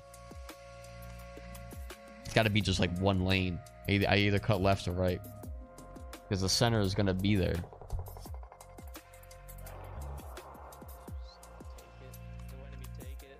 Alright. Blue line hold. Now he's immediately up. It's not a bad play, but it's just... We're not very good with our chemistry to consistently do that. That's being seen. Post up is underrated as a passer. Post up. What does that mean? Or is that a trait? So that's okay.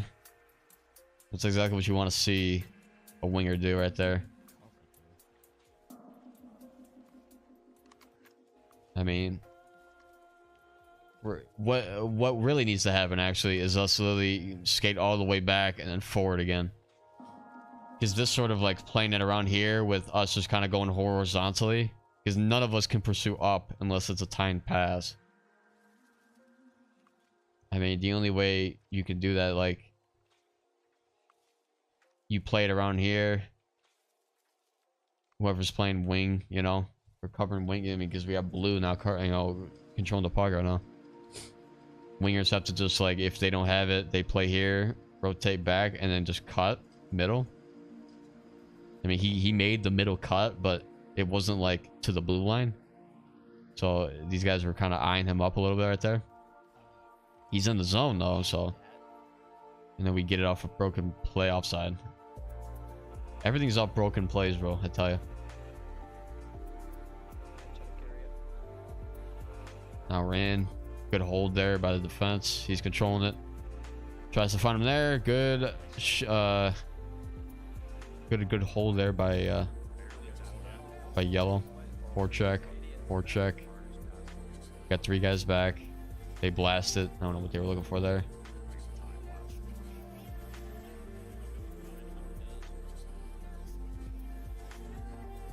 A little too much control by the defenseman. Back another on-man rush. It wasn't really on-man, but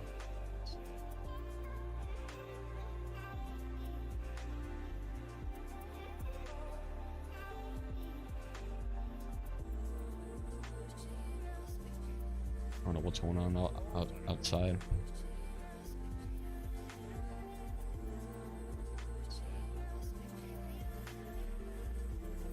I'm playing too far up.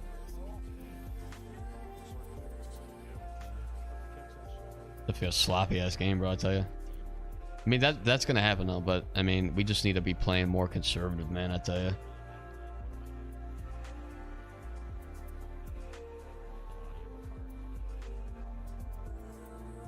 It's a little bit of a, like, it's tough to watch a little bit, you know what I mean?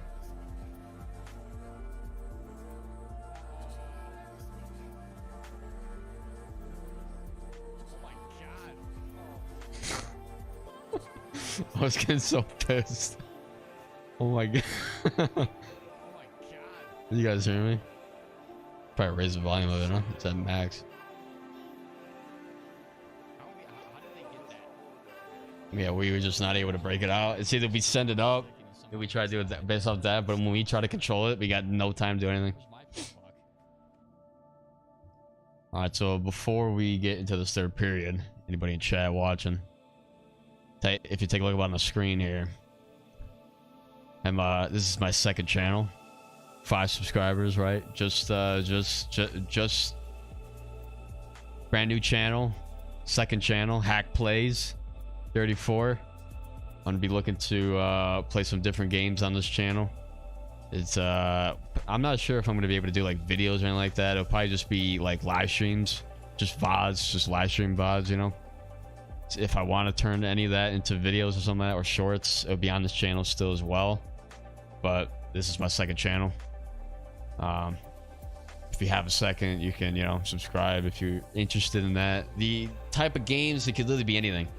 You know, if you guys are looking for certain games, there's a couple games in mind that I do want to play, or to start with, and then expand on it. So just something to look at. But I am looking to start doing some live streams here pretty soon, and then just seeing where that goes. It won't be anything like too crazy, you know what I mean? Like, because this is my main channel, obviously, so a lot of the content's still going to be posted here. But you know, for NHL content, the main game I play, but I do play other games from time to time, and I was just thinking about having a second channel for those games, because why not? You know, if it doesn't do anything, it don't do anything, but just something a little bit. If you guys are looking for other games you guys want to see me play, it could range from anything. You know, I play horror, I play RPG, it could be anything, you know, honestly, shooter games. But just something if you guys want to, you know, watch me over there. But yeah, it's just something I wanted to show you guys. You guys got a chance to do that, you guys can watch, subscribe over there, and also hit this bell too, you know, like bang, just like that, and then you get all the notifications from when I go live there.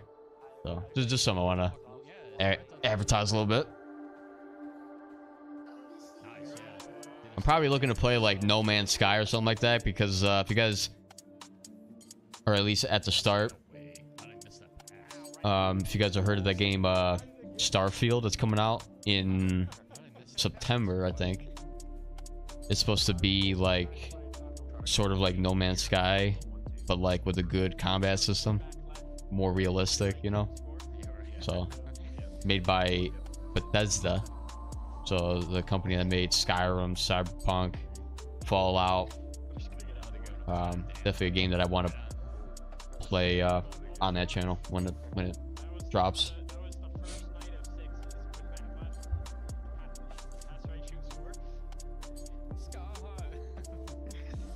But then after that, it'll be all. We'll see what happens though.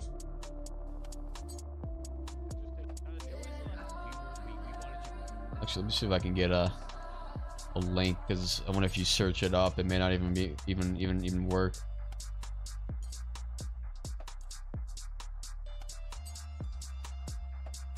Just put a link in chat.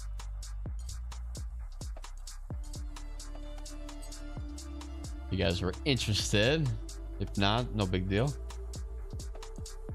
So I throw it out there.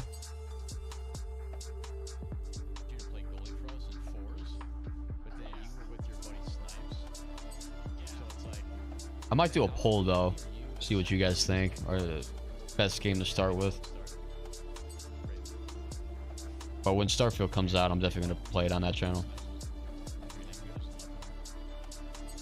I would love to be able to play like Outlast. If you guys were playing that game, Outlast Trials, a new game that came out pretty recently. What's up, Vero? You want to run some dropping? Yeah, I don't know. I was thinking about just watching this and then probably calling it. You could probably look to play tomorrow if you guys are down to play.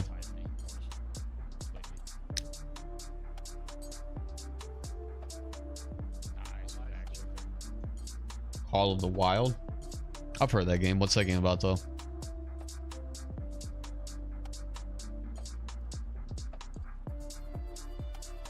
All good.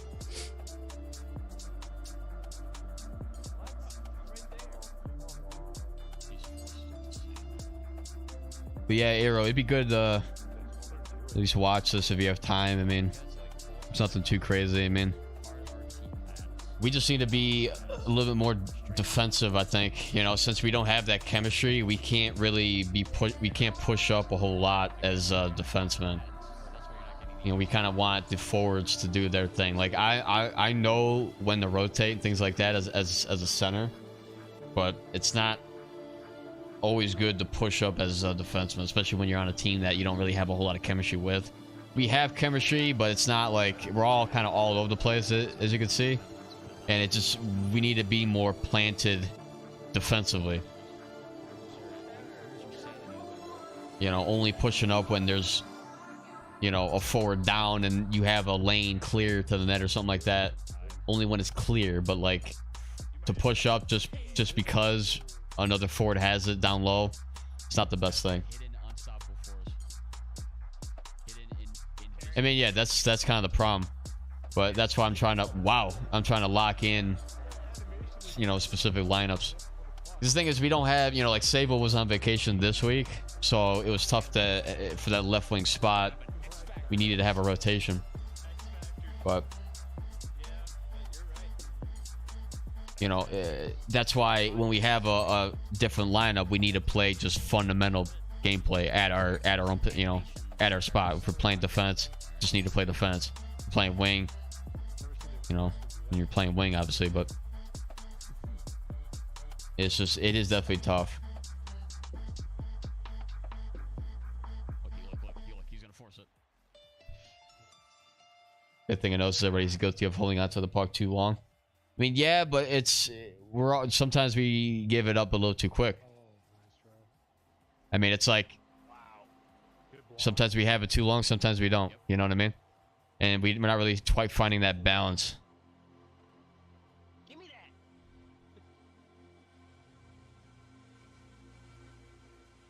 that. You and I definitely be the Swiss Army knife, but helps everyone else is the same.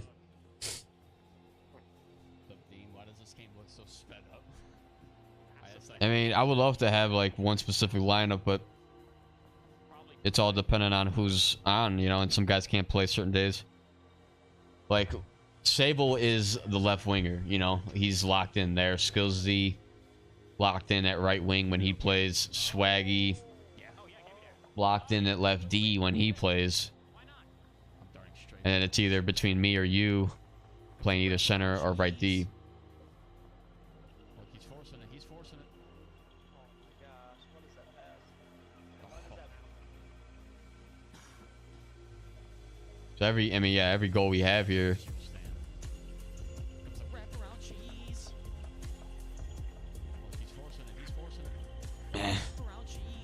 I mean, none of us are the best at controlling the puck, but it's just we need to get to open space, you know what I mean? Like, we sort of get it, and it's all over the place sometimes, you know what I mean? Like, it's tough to say because like we have the right play, but it's just never done efficiently, I feel like.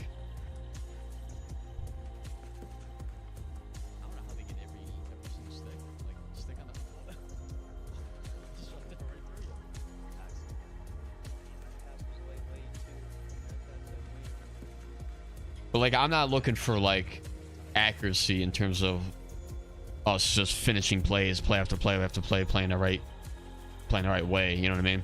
It's just we need to get into a good game plan where everybody is feeding off that, and we're playing together instead of us sort of like all over the place. Like here, I mean, what we gotta, I don't know, we gotta force that. You know what I mean? But as long as we're there, like this would be the right opportunity to blast this guy. If you're teal, you know, and then, you know, right D, you'd want him to be more here. I'm center on center, you know, so that we mark our guys, you know, just because he's there. Okay, he's there as support, you know. If I'm Skillsy, I'm playing here, I'll just back off then once we have everybody in play. But it's just like we give up this, like, what's this for? Like, what's all this space? We either have too much space or we pinch and we get beat. It's like, you know, we're so far left or right. We're never finding the right mix in the middle. But that's bringing all different styles together, creating that sort of gap, I feel like.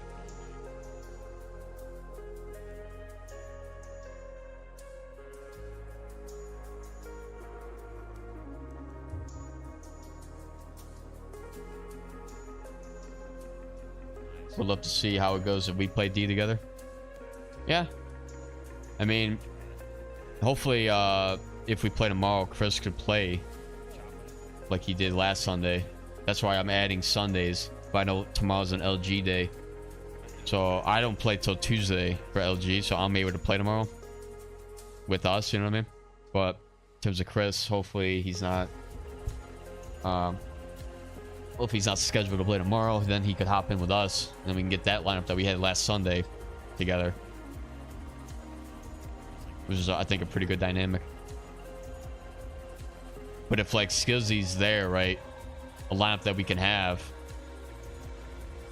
is either, you know, it would be me, you, Arrow, and Chris rotating, you know, playing center and two defensemen. Then we'd have either Swaggy play left wing and then Skillsy playing right wing, as long as he's in. Otherwise we'd have to, you know, change it up.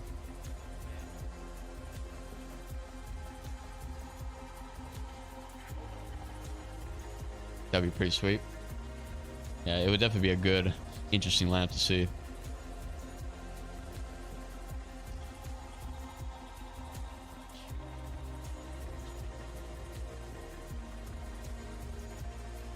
That's a good poke, and then he rotates back. Nice. Exactly what Quinn did right there was what you'd want to see. You know, he's marking this guy, skating with him. Right, he's timing this poke check, and then he follows him, then he holds slot. You know, he can play the way he did it. He could literally just stay right here, and he gets the puck. Forces it though. I mean, what's the better play there if he were to get it? I mean, it's tough. Like this team was very good on quickly jumping on it. So it's like we would have to either move it very quickly to the side here and allow Aero to then play it, or it would have to be a quick send up with a sauce or a shot or something like that. Him trying to straight pass it to a far man up, it's not the best play.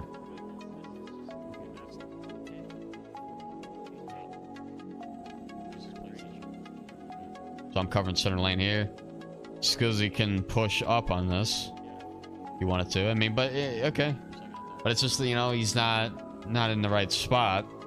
He makes the play, but that's only a right D making the play, technically. That was a good try.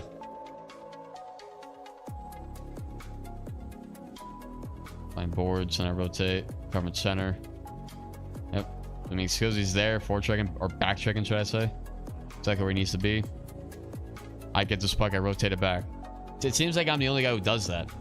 That should be done by a winger automatically if he's in that spot. He don't have a lane here, so he's got to rotate it back to the defenseman, and then you guys can then control it.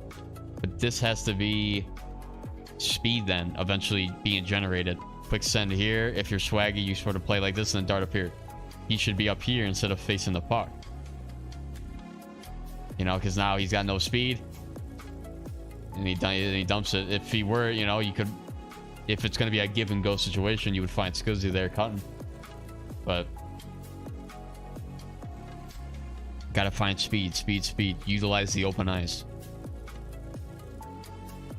But like, this is tough to really, you know, dissect down, because we have Quinn there, and then Swaggy playing left wing. You know, like we don't have that original lineup, so it's tough to like call out these things when it applies to different people in different spots.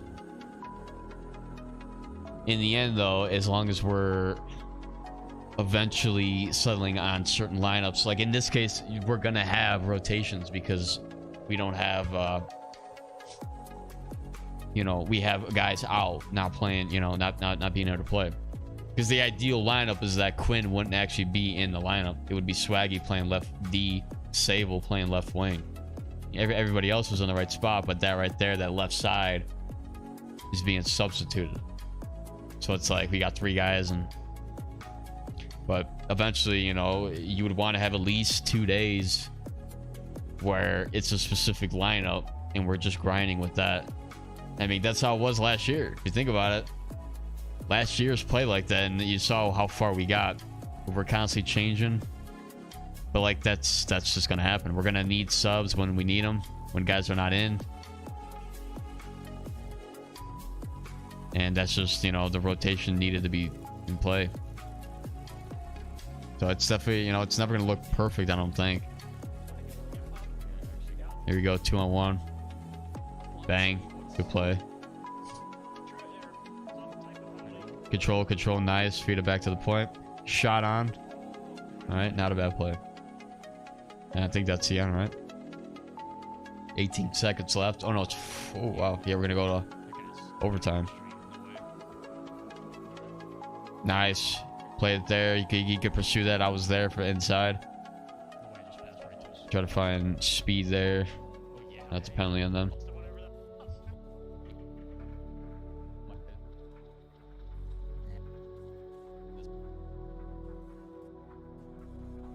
All right, so 5-on-3 should be very easy to enter the zone, and that could have been that could have been a poke check. And we're quickly setting it up.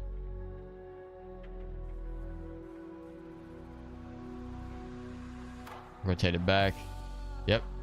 Good hold there. Try to find 1T. I block it. I was also trying to deflect the puck there.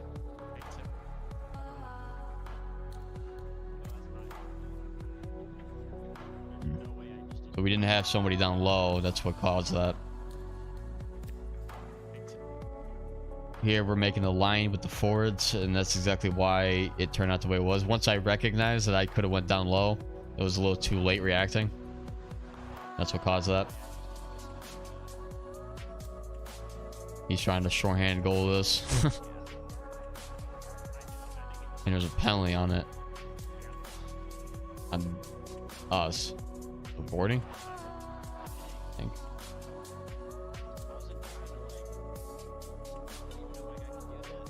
Nice. So that obviously is a play where, in that case, the defenseman who gets it is going to be obviously the one going up because he's got speed, and I'm caught in the face-off animation. So I'm obviously going to make that rotation play back, which is exactly what's seen here. Puck movement, cross score, and there it is. Game winner. I mean, we have good looks. Like, you know, we're not gonna lie that, you know, deny that we have good, you know, we don't have good looks or not, you know, able to finish certain plays, but we definitely, you know, it's just not clean, and that's gonna be the problem. Like, what we need to see is us just going into the right areas, the right places, rotations, you know, keeping the triangle offensive zone, 3 guys back, at least 2 guys forechecking if that's how we want to play it. But I think we also need to learn the trap D, where instead of wingers going up, they play boards containing everything into us. Us 3 don't change. The center 2 defensemen, we don't change at all. We just play our lanes, and that's it. We take whoever comes to our lane. And if we have 2 forwards up, then it's man-to-man coverage, center on center, defenseman on 2 wingers. And then we just play inside leverage, anchoring ourselves, you know, to the blue line, to the slot. And then that's how it is, you know. Breakout, we need to either decide, you know, have some control over it, find the open man with speed, or if it's a give and go type of situation, then that's how it works too. But, you know, there needs to be some level of control with the defenseman breaking it out, and then sometimes you need to throw it up pretty quick. You know, it just depends on reading the play. Everything's based off reading the play. But as far as us, you know, darting up the ice super quickly, you know, that can work in some situations. It won't work every time. I think, you know, the way we're playing is good though. I don't, you know, obviously we've been facing some tougher teams as of late, and that's why the games have not gone our way. But that's not us playing worse. That's just simply us facing better competition. That could probably, let me see. I mean, I could pull up another game.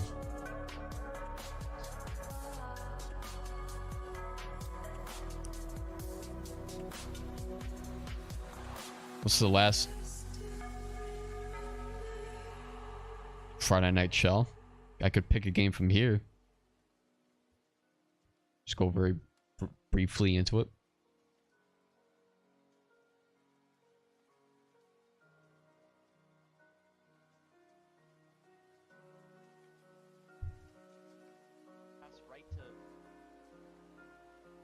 Because now we're in club finals. Now we got Nick in, and you know, that's the first time he's been in so long. That's the first time he's actually played the game too.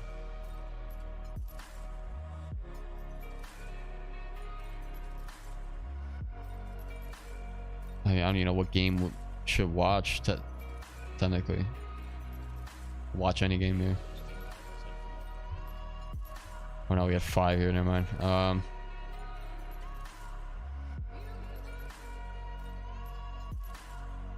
It's a pretty good team, right? In the beginning here. It's kind of tough to watch. No, it's tough to watch first game on. I mean, like, that kind of blows. Like here we have a little bit more of a warm up, and we're facing an LG team right here. We go. So your Yachters, I think we actually win this game, but like it wasn't really done in a very clean way.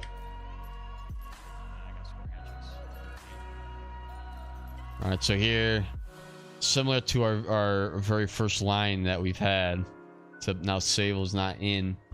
We have Nick rotating in. First time he's played, I think, in like a few months. So tough here, you know. Automatically, you see a whole different style right now. Automatically, you see from a whole different style from the other teams, because LG teams do not forecheck very much. They forecheck very briefly. Once the puck is a little bit too far away out of their reach, they all dart back. Wingers are all darting back. They're not really, they're playing trap.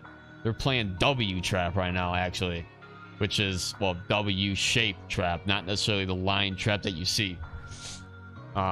This isn't bad because, you know, you're covering the lane. Very easy, though, this can get beat if you were to sauce it to the boards here.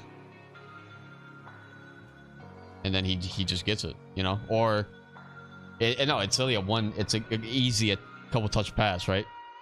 Pass here. If I were to make a cut left or right, which in this case that should be cutting right.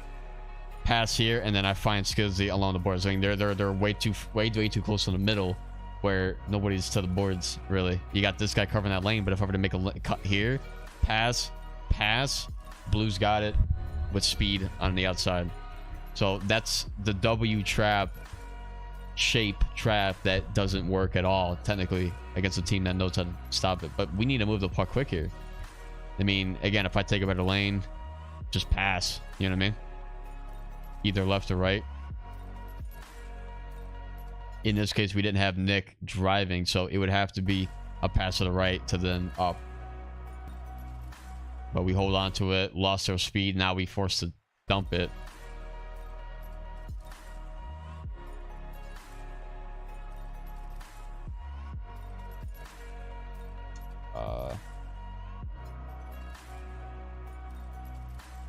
Okay.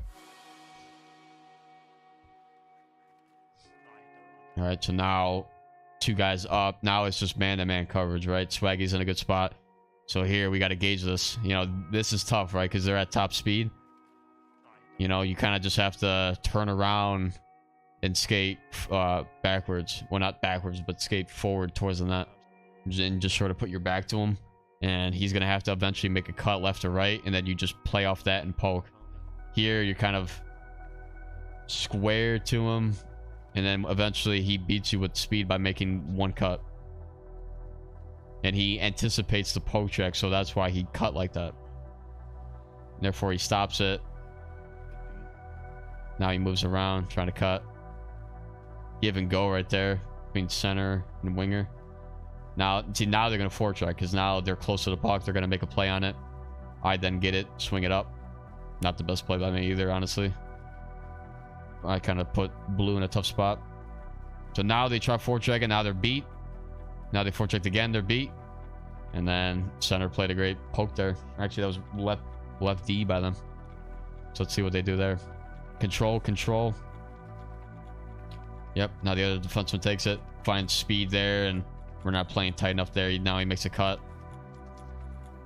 So LG teams play the game faster.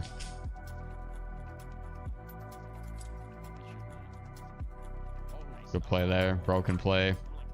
Puck is bouncing to us like crazy right now. Then here we go again. Top speed. If you're, I mean, again, this happened now on both sides now. Defensemen just have to, once they recognize that they're at top speed, there's no play you can make here. I mean, there's no way you're gonna be able to make a poke check that's gonna stop the puck. Even if you did get you managed to get a poke check off, the puck, the way this game is, the momentum's going to carry the puck forward. So you're just going to poke check it right back to him, and now he's going to get a slingshot effect. And now he's 10 feet behind you already. Here, it's just turn. It's either you go right there, and then once you do that, and he's committed to that side, then you turn your hips and skate. That's all you can really do. But you would rather play the puck in this area and try to make a play, rather than getting beat at the blue line, and now you can't do anything to it. So it's a matter of putting yourself in the best possible scenario, best possible chance to make the play. That's all you can really do. That's all you can really hope for. And that's why you have to play it. So you have to play like that, because when you poke check too, you lose all your speed.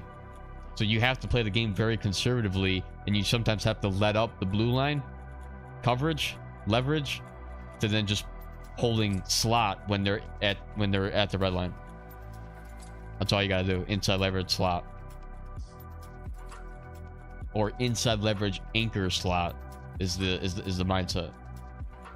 Right here, it's got to be, yeah, we gotta just, that's gotta be right D. So here it's like, yeah, you just gotta mark it, just back skate, and then just bark winger, because that's what they're gonna look for when they get it.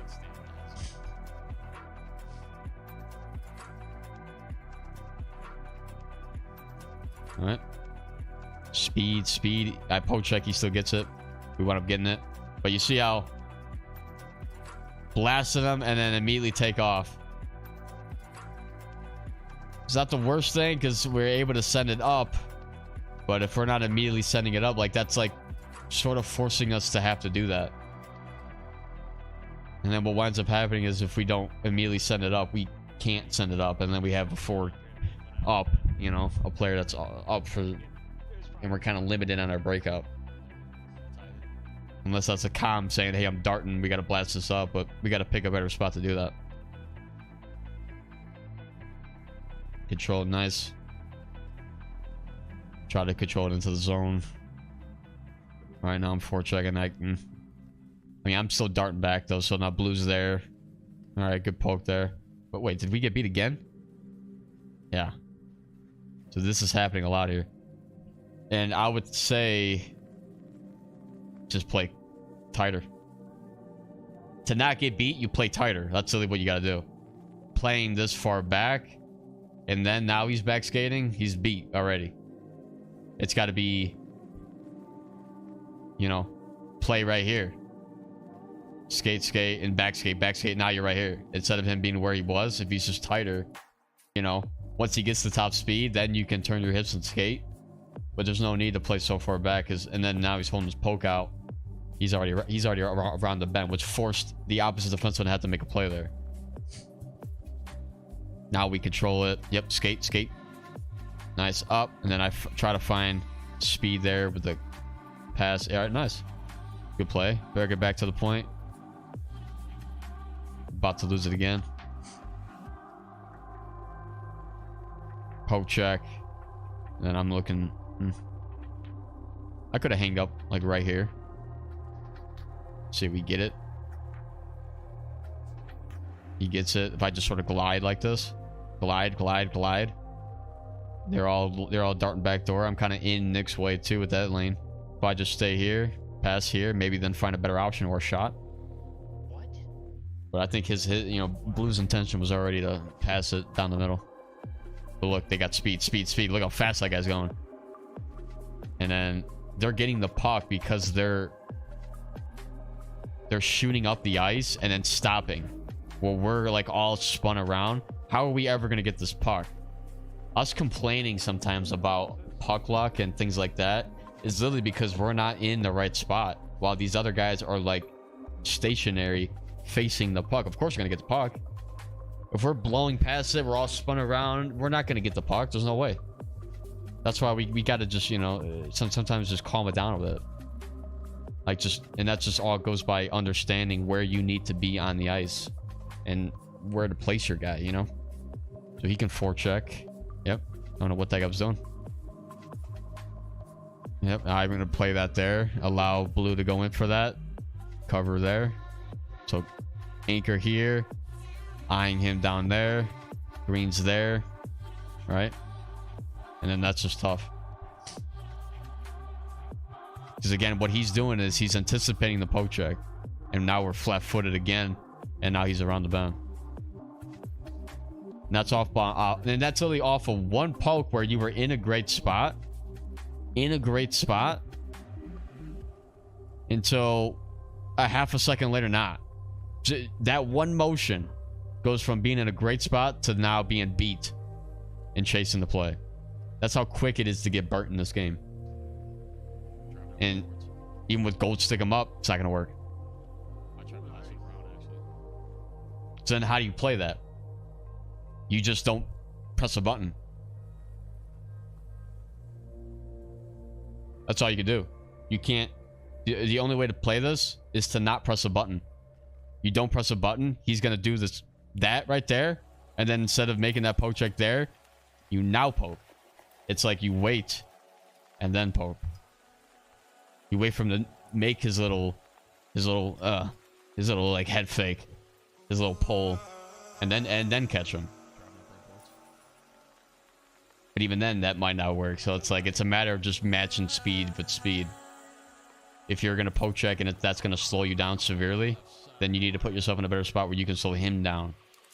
Whether that be, you know, back to back, or you skate with him and try poke checking and slowing him down somehow. See, that's a good press. The reason is because we've got guys rotating back. I mean, okay, kind of. kind of. Let me see. He skates with it. Poke check. Nah, I mean, if I'm T, I'm not even gonna like press this really. I'm gonna mark this guy and that's it. Because if he stayed there, he'd be getting this puck by McDane's. But that's unfortunate. That's how quick they're rotating, man. So slap pass or chop back down.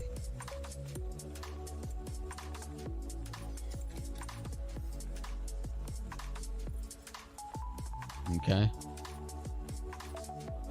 Control, he goes in. Getting hit. Let's see how we rotate it back.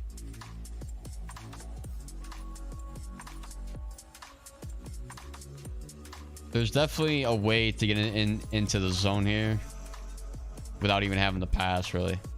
Or you could find a pass somewhere. Yeah, no, it's not a bad. I mean, it's just the art of getting rid of the puck as soon as you cross the blue line.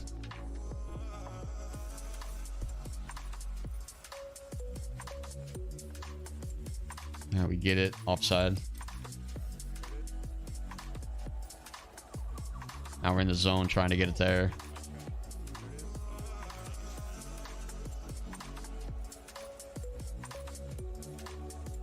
Can you? Wow, look at that. So I was actually really lucky getting this. I feel like a little bit. Poke check. I'm forechecking the hell out of them. Cause look, I mean that's how you got to be if you're a winger. Track down the play and really just cause so much havoc for them. And as soon as you get it, you swing it to somebody. Cut and rebound, shot, score. I mean, that was like if I was a winger and blue was a center.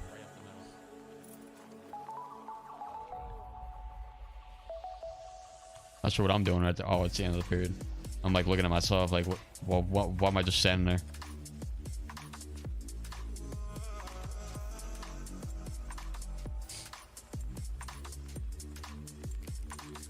Poke check. Nice. Play inside. Yeah. Yeah, there's no point in doing that as blue. And sometimes I hate it when I'm a defenseman and I'm like on somebody, I poke check and then I see my teammate is like sort of in the lane here. It's just like, you know what I mean? It's like you kind of just want open space to do your thing, but when you got everybody in your way, which is why I hate when like, I mean, there's just some teams the way guys play, they're in your face. Your own teammates are in your face for no reason. And it's like, why are you covering that? Like, why are you covering my spot when you've got your spot to do up there? In that case, that was the first time blue did that, so it's like not a big deal. So here now we're switching. That's a good rotation between the two defensemen. And now we got nice speed. Found speed into the zone. It's a good look. You're finding speed, and then you dish it to somebody who has speed. Try to sauce it across. We're in the right spot. I'm leaking apparently. I'm not sure if I called it to blast it down, but that would be the reason why I did that. And here we go again, getting flat-footed with McDane's. So here again, it's kind of tough to like want to push that, because even if you did, it's like unless you have truculence, you may or may not get that. He could pull away at any second. But if you angle it properly, it doesn't matter where he goes. So it could be based off an angle. But if he were to do that, he would have already had to have made that decision. He's beat again, and he poke checks and gets a trip.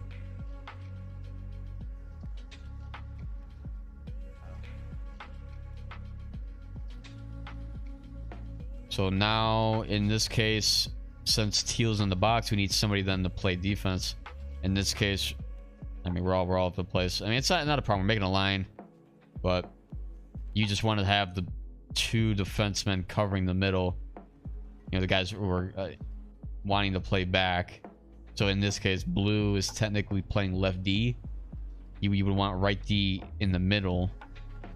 You would want green then to play boards in this case. we're playing the right spot here, marking. Say what I'm doing here is I'm shadowing their far side wing, because that's who they're gonna pass to. You see exactly what I'm doing. If we had if we had Teal doing this the entire game with this winger, he wouldn't be getting the opportunities that he's getting. And the reason I'm doing that is because it's if he were to make that pass, and then you see I could skate with him. As soon as I turn, I'm skating with him. He pulls up, whatever. But if he were to get that pass, see what I'm saying? If he were to get that pass, I'm playing way more closer to him, where I can make a play 2, 3, 4 times before he can do something. If he were to keep getting the puck, this is just where it's a missed coverage. But that's technically would be on green. No. Yeah, it would be, because he's technically. I mean, it's between both of them technically, playing who's assigned to play the furthest guy back. But if like the wingers, the forwards are technically the guys playing the boards, while the two guys are playing defense here, have to cover middle. He's got to keep darting back, marking this here. So that is technically green. While technically yellow would be covering high slot to point. If like that would be the rotation. It's like you're making this line, right, as you go down, and then the two defensemen continue back while the two outside guys then rotate, and then that's the box that you make. It's like twisting in a sense. I think that's how that works. The bees, hack attack, I love you. All right.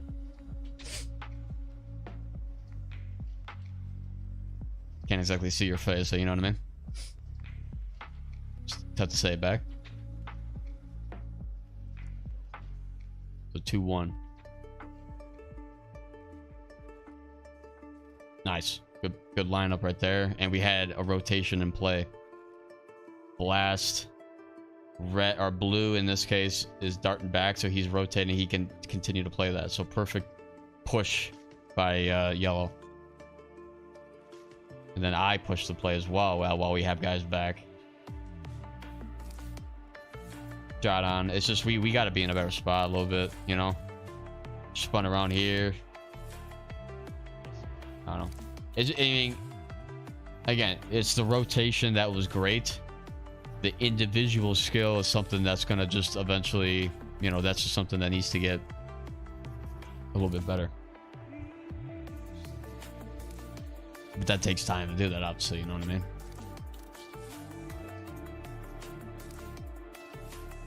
Tries to center in front. Nice. Holding on to it too long. Passing it up. Finding speed. Hold on to it too long. That's basically what it is there. Good forecheck. Here we go. In the right spot, everybody. Quick feed up. Nice. Good forecheck again. It's definitely making it tough. Because exactly what's happening here is interrupting what they want to do as a defenseman. They want to control the puck here and make the breakout pass from this area. But now he's all the way back here, forcing himself to make a pass, which then he has to rotate back because they don't have speed. Now he's got to do it again, poke check, and now we got it. See what I'm saying? So that's what beats it too. Because now you're pursuing them, which is making this guy have to force a pass that I'm already there. Bang.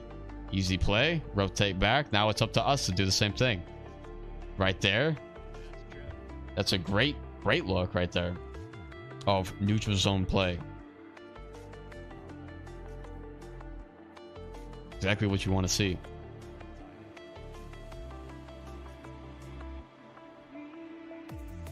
So now it's power play. Forecheck again. I mean, we're on the power play, so you're going to have to. All right, so now here we go. We got to immediately find our lanes.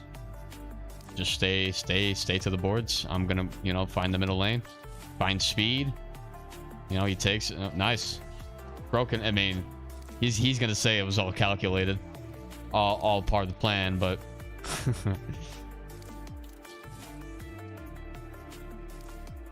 No, yeah, now we don't have any speed, and then we lose the puck.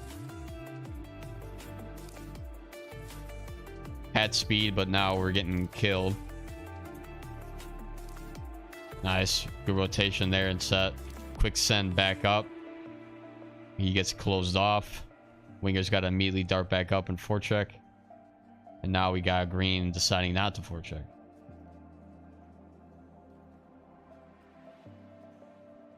And I can get it, you know, sometimes you want to just get your energy back too. Because wingers are constantly going up, moving up and down. So it's never a bad play sometimes to just dart back, you know, regain some energy. But just understand, I think that's be more of a communication where the comms only need to be taking place when there's a rotation in play and what we want to see happen. You know, we should be playing a fundamental way based off our game plan, which wouldn't require any comms, right? Obviously, if you're forechecking, you're not going to say, hey, I'm pushing this play, I'm pushing the play. But let's say in this case, right, Green wants to play back. He could say, hey, I'm going to recover, I'm recovering energy, or he could just say, hey, I'm going to play trap left side. Like, that would give the comm to Teal to be like, all right, he's got boards because he's recovering energy, wanting to just play back, conserve a little bit. And that allows Teal to then just understand that he's got that. He can play middle lane here. He could play a little bit more to the middle. And that's never a bad thing. Like, we could make the call on the spot to play trap if we wanted to recover a little bit for one rush. If that's our game plan, if we want to be a forechecking team, we can always trap too to recover. But that's got to be a comm.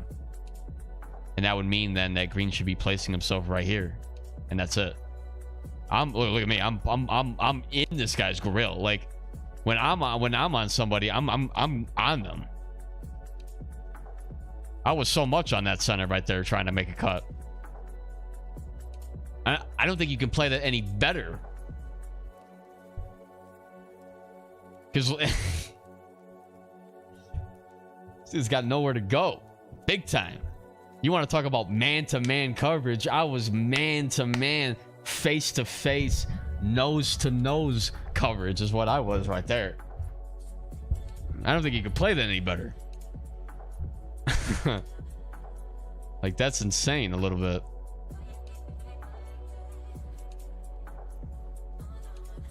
And then I'm playing winger, basically trying to forecheck, and then I dart back, and then I'm on Ovi, cutting down the middle.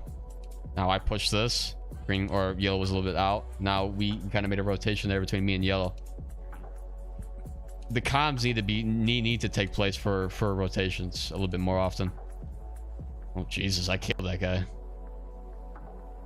Like that right there, there would need to be a comm saying, hey, I'm playing middle now.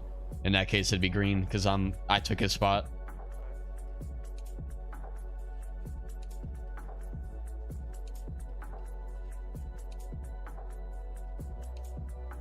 And all it needs is just a small comm. I'm playing middle. Like, if I push the play, he sees me push the play. He sees me push the play. Green can then just say, I'm playing middle. But he has to recognize that and then just dart back quickly. Like, that's a... You know what I mean? Like, now we can rotate back. Blue pushing. Which he doesn't have to push it like that. He could just simply glide and cover here. Allow Green to do that. Because now all it took was, you know... Yeah, that's how quick a forecheck could fail, too. If you're not all in the right spot. Because if you do forecheck and they make the pass, quick plays beat a forecheck too.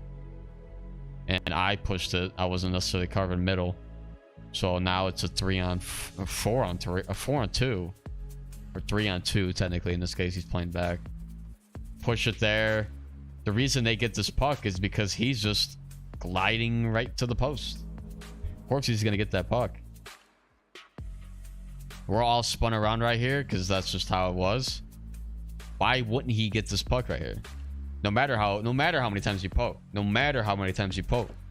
We're all spun around. There's no way we can poke trick and get that puck based on us just moving so wildly towards our net. This guy's gliding to the net.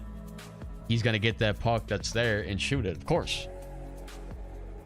Why the hell wouldn't he? if we're gonna complain about bounces, which was happening, that's what we were doing. We're not in the perfect spot ourselves to even be saying that's a bounce problem. That's not a bounce. That's us in the wrong spot problem. That's us not having 3 guys back problem. Which then, you know, I don't complain about bounces like that. But yeah, that was a good shot. Rotating it back. That's where a pass back actually worked, because it gave Yellow time to control the puck. He moves up, allows us to you know, allow the play to develop. Shot on, deflection, big tipper goal. And that's where patience pays off.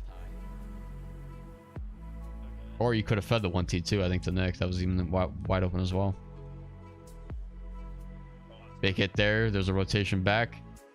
Late penalty though, because I think it was a charge or interference. So now in this case, it depends on what me and Skizzy want to do. So in this case, we're playing it exactly, you know, where Blue's playing right D. Now I'm playing winger. So I press this. Once I recognize that he's back, look at where I'm at. I'm covering this guy. Now I'm not even really in... I'm not technically covering it, because, you know, you think about it, if he makes a sauce or play along the boards, he gets it. You can play tighter here. And then, you know, I skate with this guy. That's what I'm doing. I'm playing this lane, outside lane, and then I turn my hips and skate. Turn my hips and skate. He can't beat me that way. Or even if he does, I'm in an area where I can play the puck.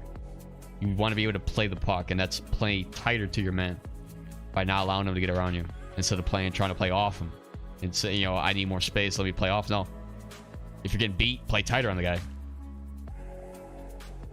And that's like a weird way of thinking about it, but that's exactly what needs to be done this game.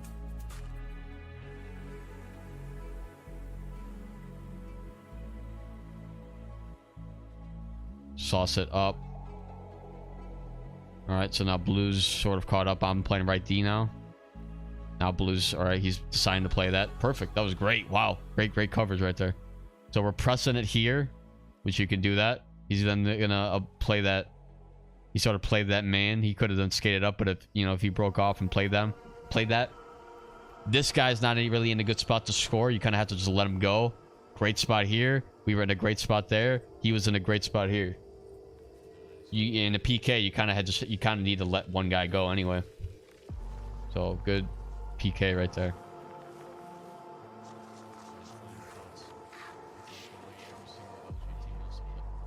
So let's see what they do here.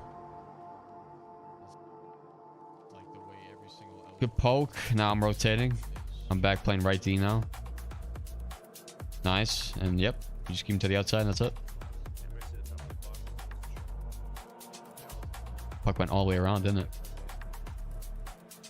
Back now for green. Now yellow's playing green spot. Green's got to recognize that he's got to play back. And he's pushing up. All right, now we're back to our original spots, right? Pushing the play. And got beat to the winger. And that's pursuing... And that's trying to, you know, poke check early when you didn't necessarily have to. What a sauce. But he didn't have any space to do anything with it. That's the only problem. It looks flashy, but if you don't give your wingers any time to do anything, there's nothing there. Yep, unfortunate pass there. Comes across because he didn't actually have to do that. He was starting to get beat here, but then... Well, he actually did push him more to the outside, which allowed him to make it seem like he was in a good spot. He technically is still... Because he's pursuing it in the right angle. This guy's cutting this way. He is cutting it a better degree towards the net, straight lining it. And he eventually gets the puck that way. Became a hold, I think. So now we're back in the PK. This is again that dynamic of somebody needing to play back. In this case, I think I chose to play left D in this scenario, which actually I should have rotated back and allowed him to play that. But... And because of that weird calm, it allowed him to sort of get this sort of speed. But I mean, I skated with them once I realized I was beat. Well, not really beat necessarily. Skating alongside him side by side. Poke check. Allowed it. I was able to play it a couple times. He still gets the pass across, but good D. He didn't have a clear lane to the net. Now again, I'm playing. Yep. And I cover that. I get tripped then.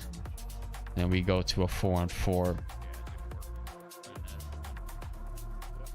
Yeah, nice. There we go. So that was exactly the chemistry now I'm starting to develop with me and Swaggy with the face-off draw. As soon as we get it, we'll dart. That's the first time I've done that, I think, ever. So recognizing that I can literally just take it in myself, which is something that defensemen can do. Like, that's the thing.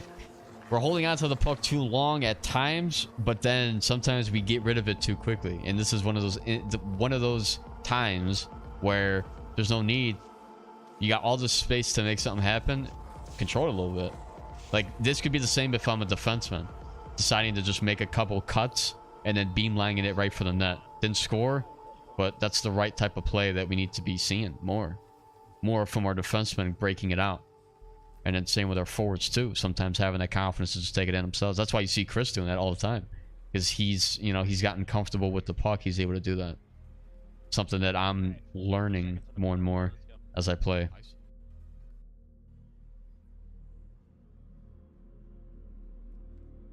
Face off one. There's the 1T rebound. Forecheck that. He does. Try to make a nice quick pass. Nice pursue and then play back. Power play. He can control it. Control. Find a cut. He did. Speed. There it is. Score. So that's great. Great hockey right there. Controlled by the defenseman. I made a cut to the right a little bit. Finds me. And then I find it down the middle. Wide open for Nick. It does get tipped, but it's still winning. Good lane. So let's see what we can do here.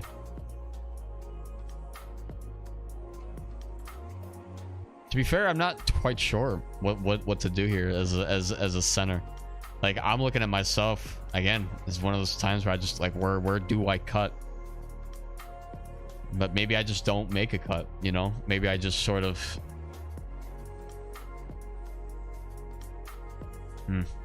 I think I gotta just let the play develop.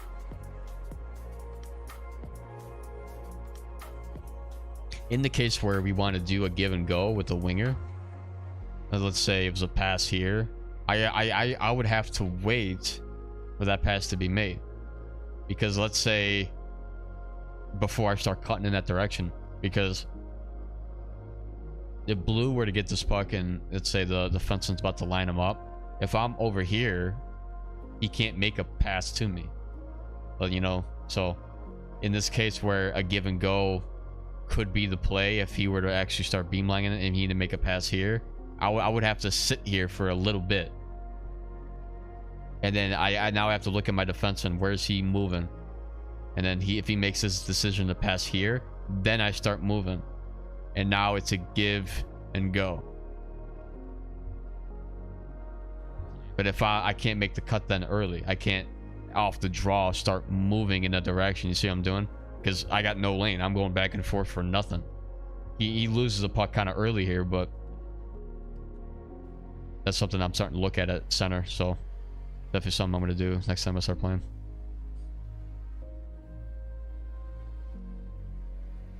Yeah, I got to stop moving back and forth. I'm just up. When literally just sit there and then make a cut. God damn it. Like, holy hell.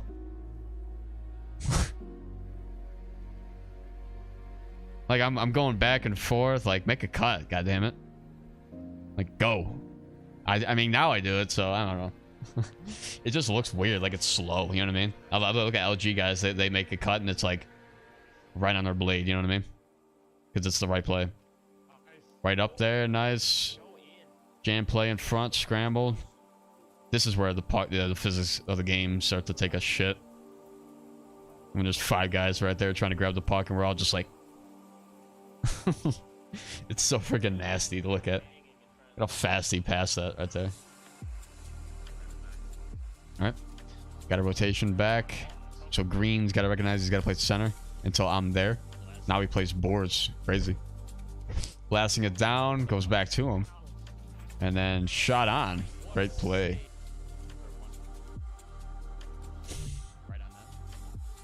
Same play again. So me and Swaggy starting to get that understanding. As soon as I win this face off, I'm darting, turning my back. If the shot does go through, but that also he needs to have a heads up. Well, there. If we didn't have our teammate in the way.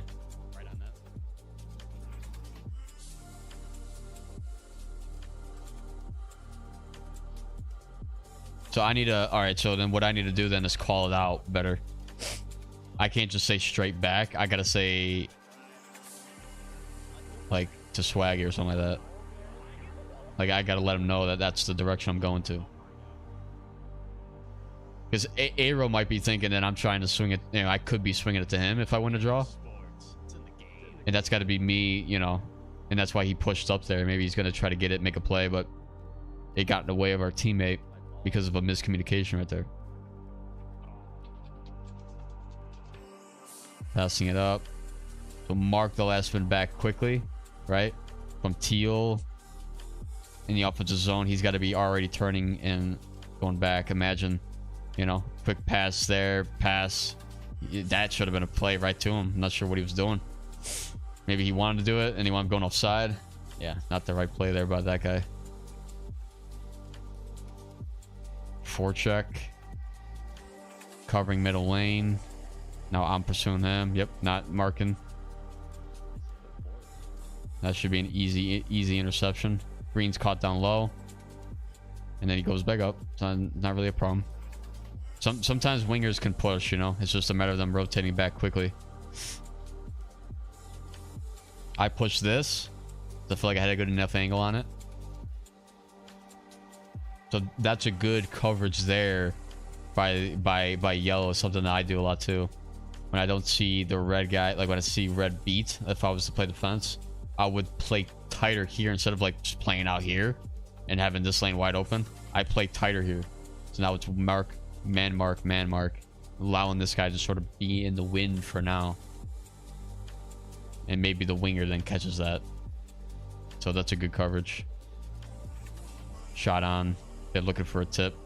So I'm like, right there, I'm like, dude, I can't make a play. I have to just hope that the puck goes to me.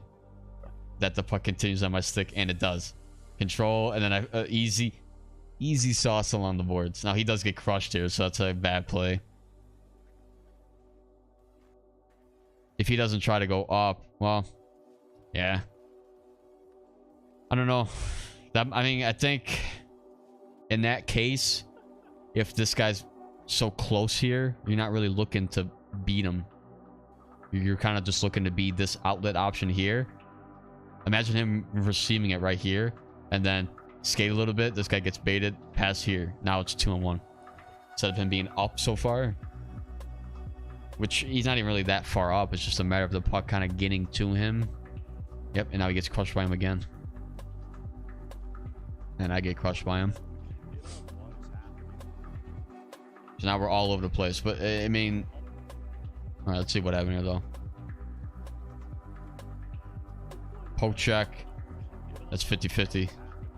But we got to put ourselves in a better spot there. So I'm there hoping that I... Oh, okay, that's a... Okay. That's unfortunate there. Because, his guy went for it, tipped it, just didn't pick it up, right? Poke check there, he gets it back. So all you can do is fight it off as best you can. But there's nothing you can do about not getting the puck. You know what I mean? Like, that could be a clean reception and then he takes it. But his tip twice for this guy to pick it back up. Him forcing it now there. Side by side. All you can hope is to do. And honestly, this is where we got to hold our stick out. Something I do in, you know, you do so much in NHL 22 that you have a brief moment to do here. Last year, you hold your stick out, you gain speed, and that's a way of playing the puck too.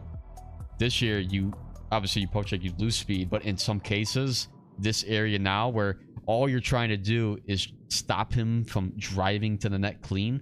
Hold your stick out. Even if you slow down, it don't matter. You're close enough to the net where all you're trying to do is get a tap on the puck a few times.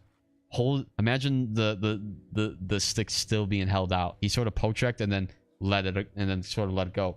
He picks it up, shoots it, score. Now imagine holding the stick, keeping it there. He might get another poke. He might get another tap on it. And that's the second tap is all you need, because right there he's already at the goal line. That's the last opportunity he has. If you get another tip on it, then the play stops. But we were you can sort of hear us briefly with the volume kind of low. We're all pissed off at how the puck kept going their way. Poke check, unfortunate there, but then we just got to pursue a little bit better here, you know. Tap it as much as you can. That's all you can really do.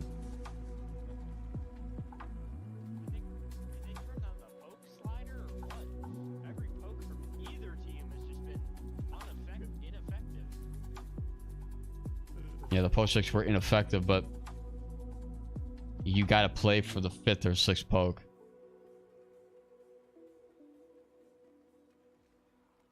Oh yeah. Standing still. So there's that give and go, right? So stand. I don't have a lane really. I got to let the play develop. Stand. Exactly. And then there we go. Now, again, he actually could just take it in. He's him playing, you know, him holding LT and turning around is screwing his whole mojo right there, because he should be taking this puck up. He got to face this way and then just skate up.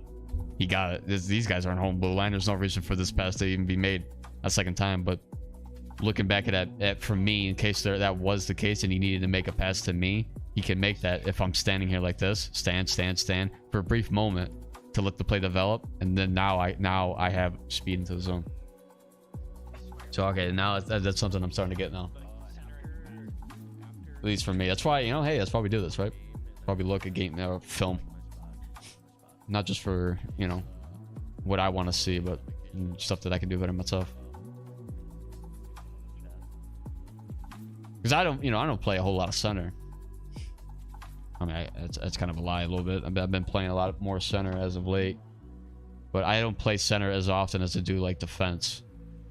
So like that sort of part of the game of like taking lanes and things like that. That stuff is not as efficient. Good defense there by Swag. Then he rotates back, covers slot, right? They're sending everybody to the net. And just sort of holding it. Now he could push it there, you know. He holds slot for a brief moment. Now push it right there.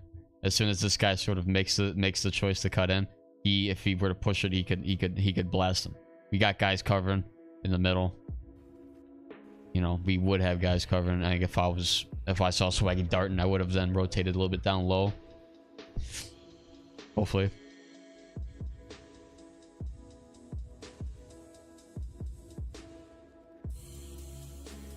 All right, control, nice. Yep, yep, that's what you want to see. Let's see here. Play up a little bit. So yeah, it's that little brief hesitation by me. Right? Back, now up. And I match it with the defenseman. As soon as he makes the choice of skating up, that's when I then make the cut to go up. And a straight pass here, we have speed.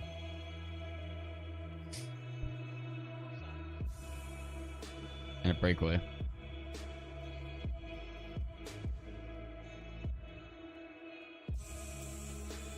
Okay. I'm starting to see what I gotta do now. So I'm starting to see what works.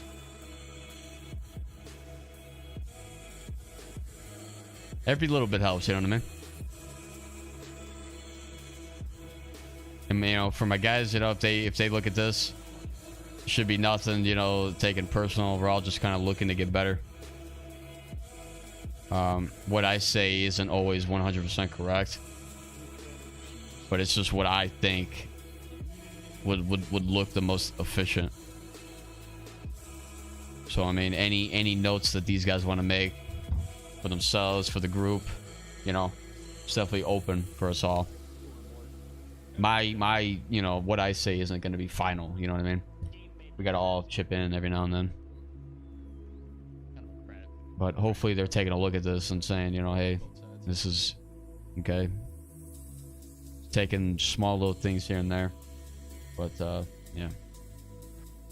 So that was a good win against an LG team. I mean, we had a couple great moments. We didn't have much time on attack. They had more shots though by us. So good to get 20 shots, meaning the game was going back and forth like that. And yeah, so good stuff right there. I think I'm gonna call it there. We'll look at 4 games, just about.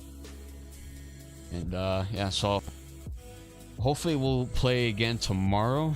That'll be a good way to kind of just see like what we can put some of this into effect, and also what I can do on the fly as well. If I am going to be playing center, or I might play right D, who knows. Hopefully then we get, I think Chris, if he is available to play right D, that'd be nice. But you know, just so we can get him into the lineup a little bit more. And yeah, we'll keep grinding and keep going on with the little things. Bees nuts. Gotcha. Quiet Storm. What's up, man? All right. Yeah.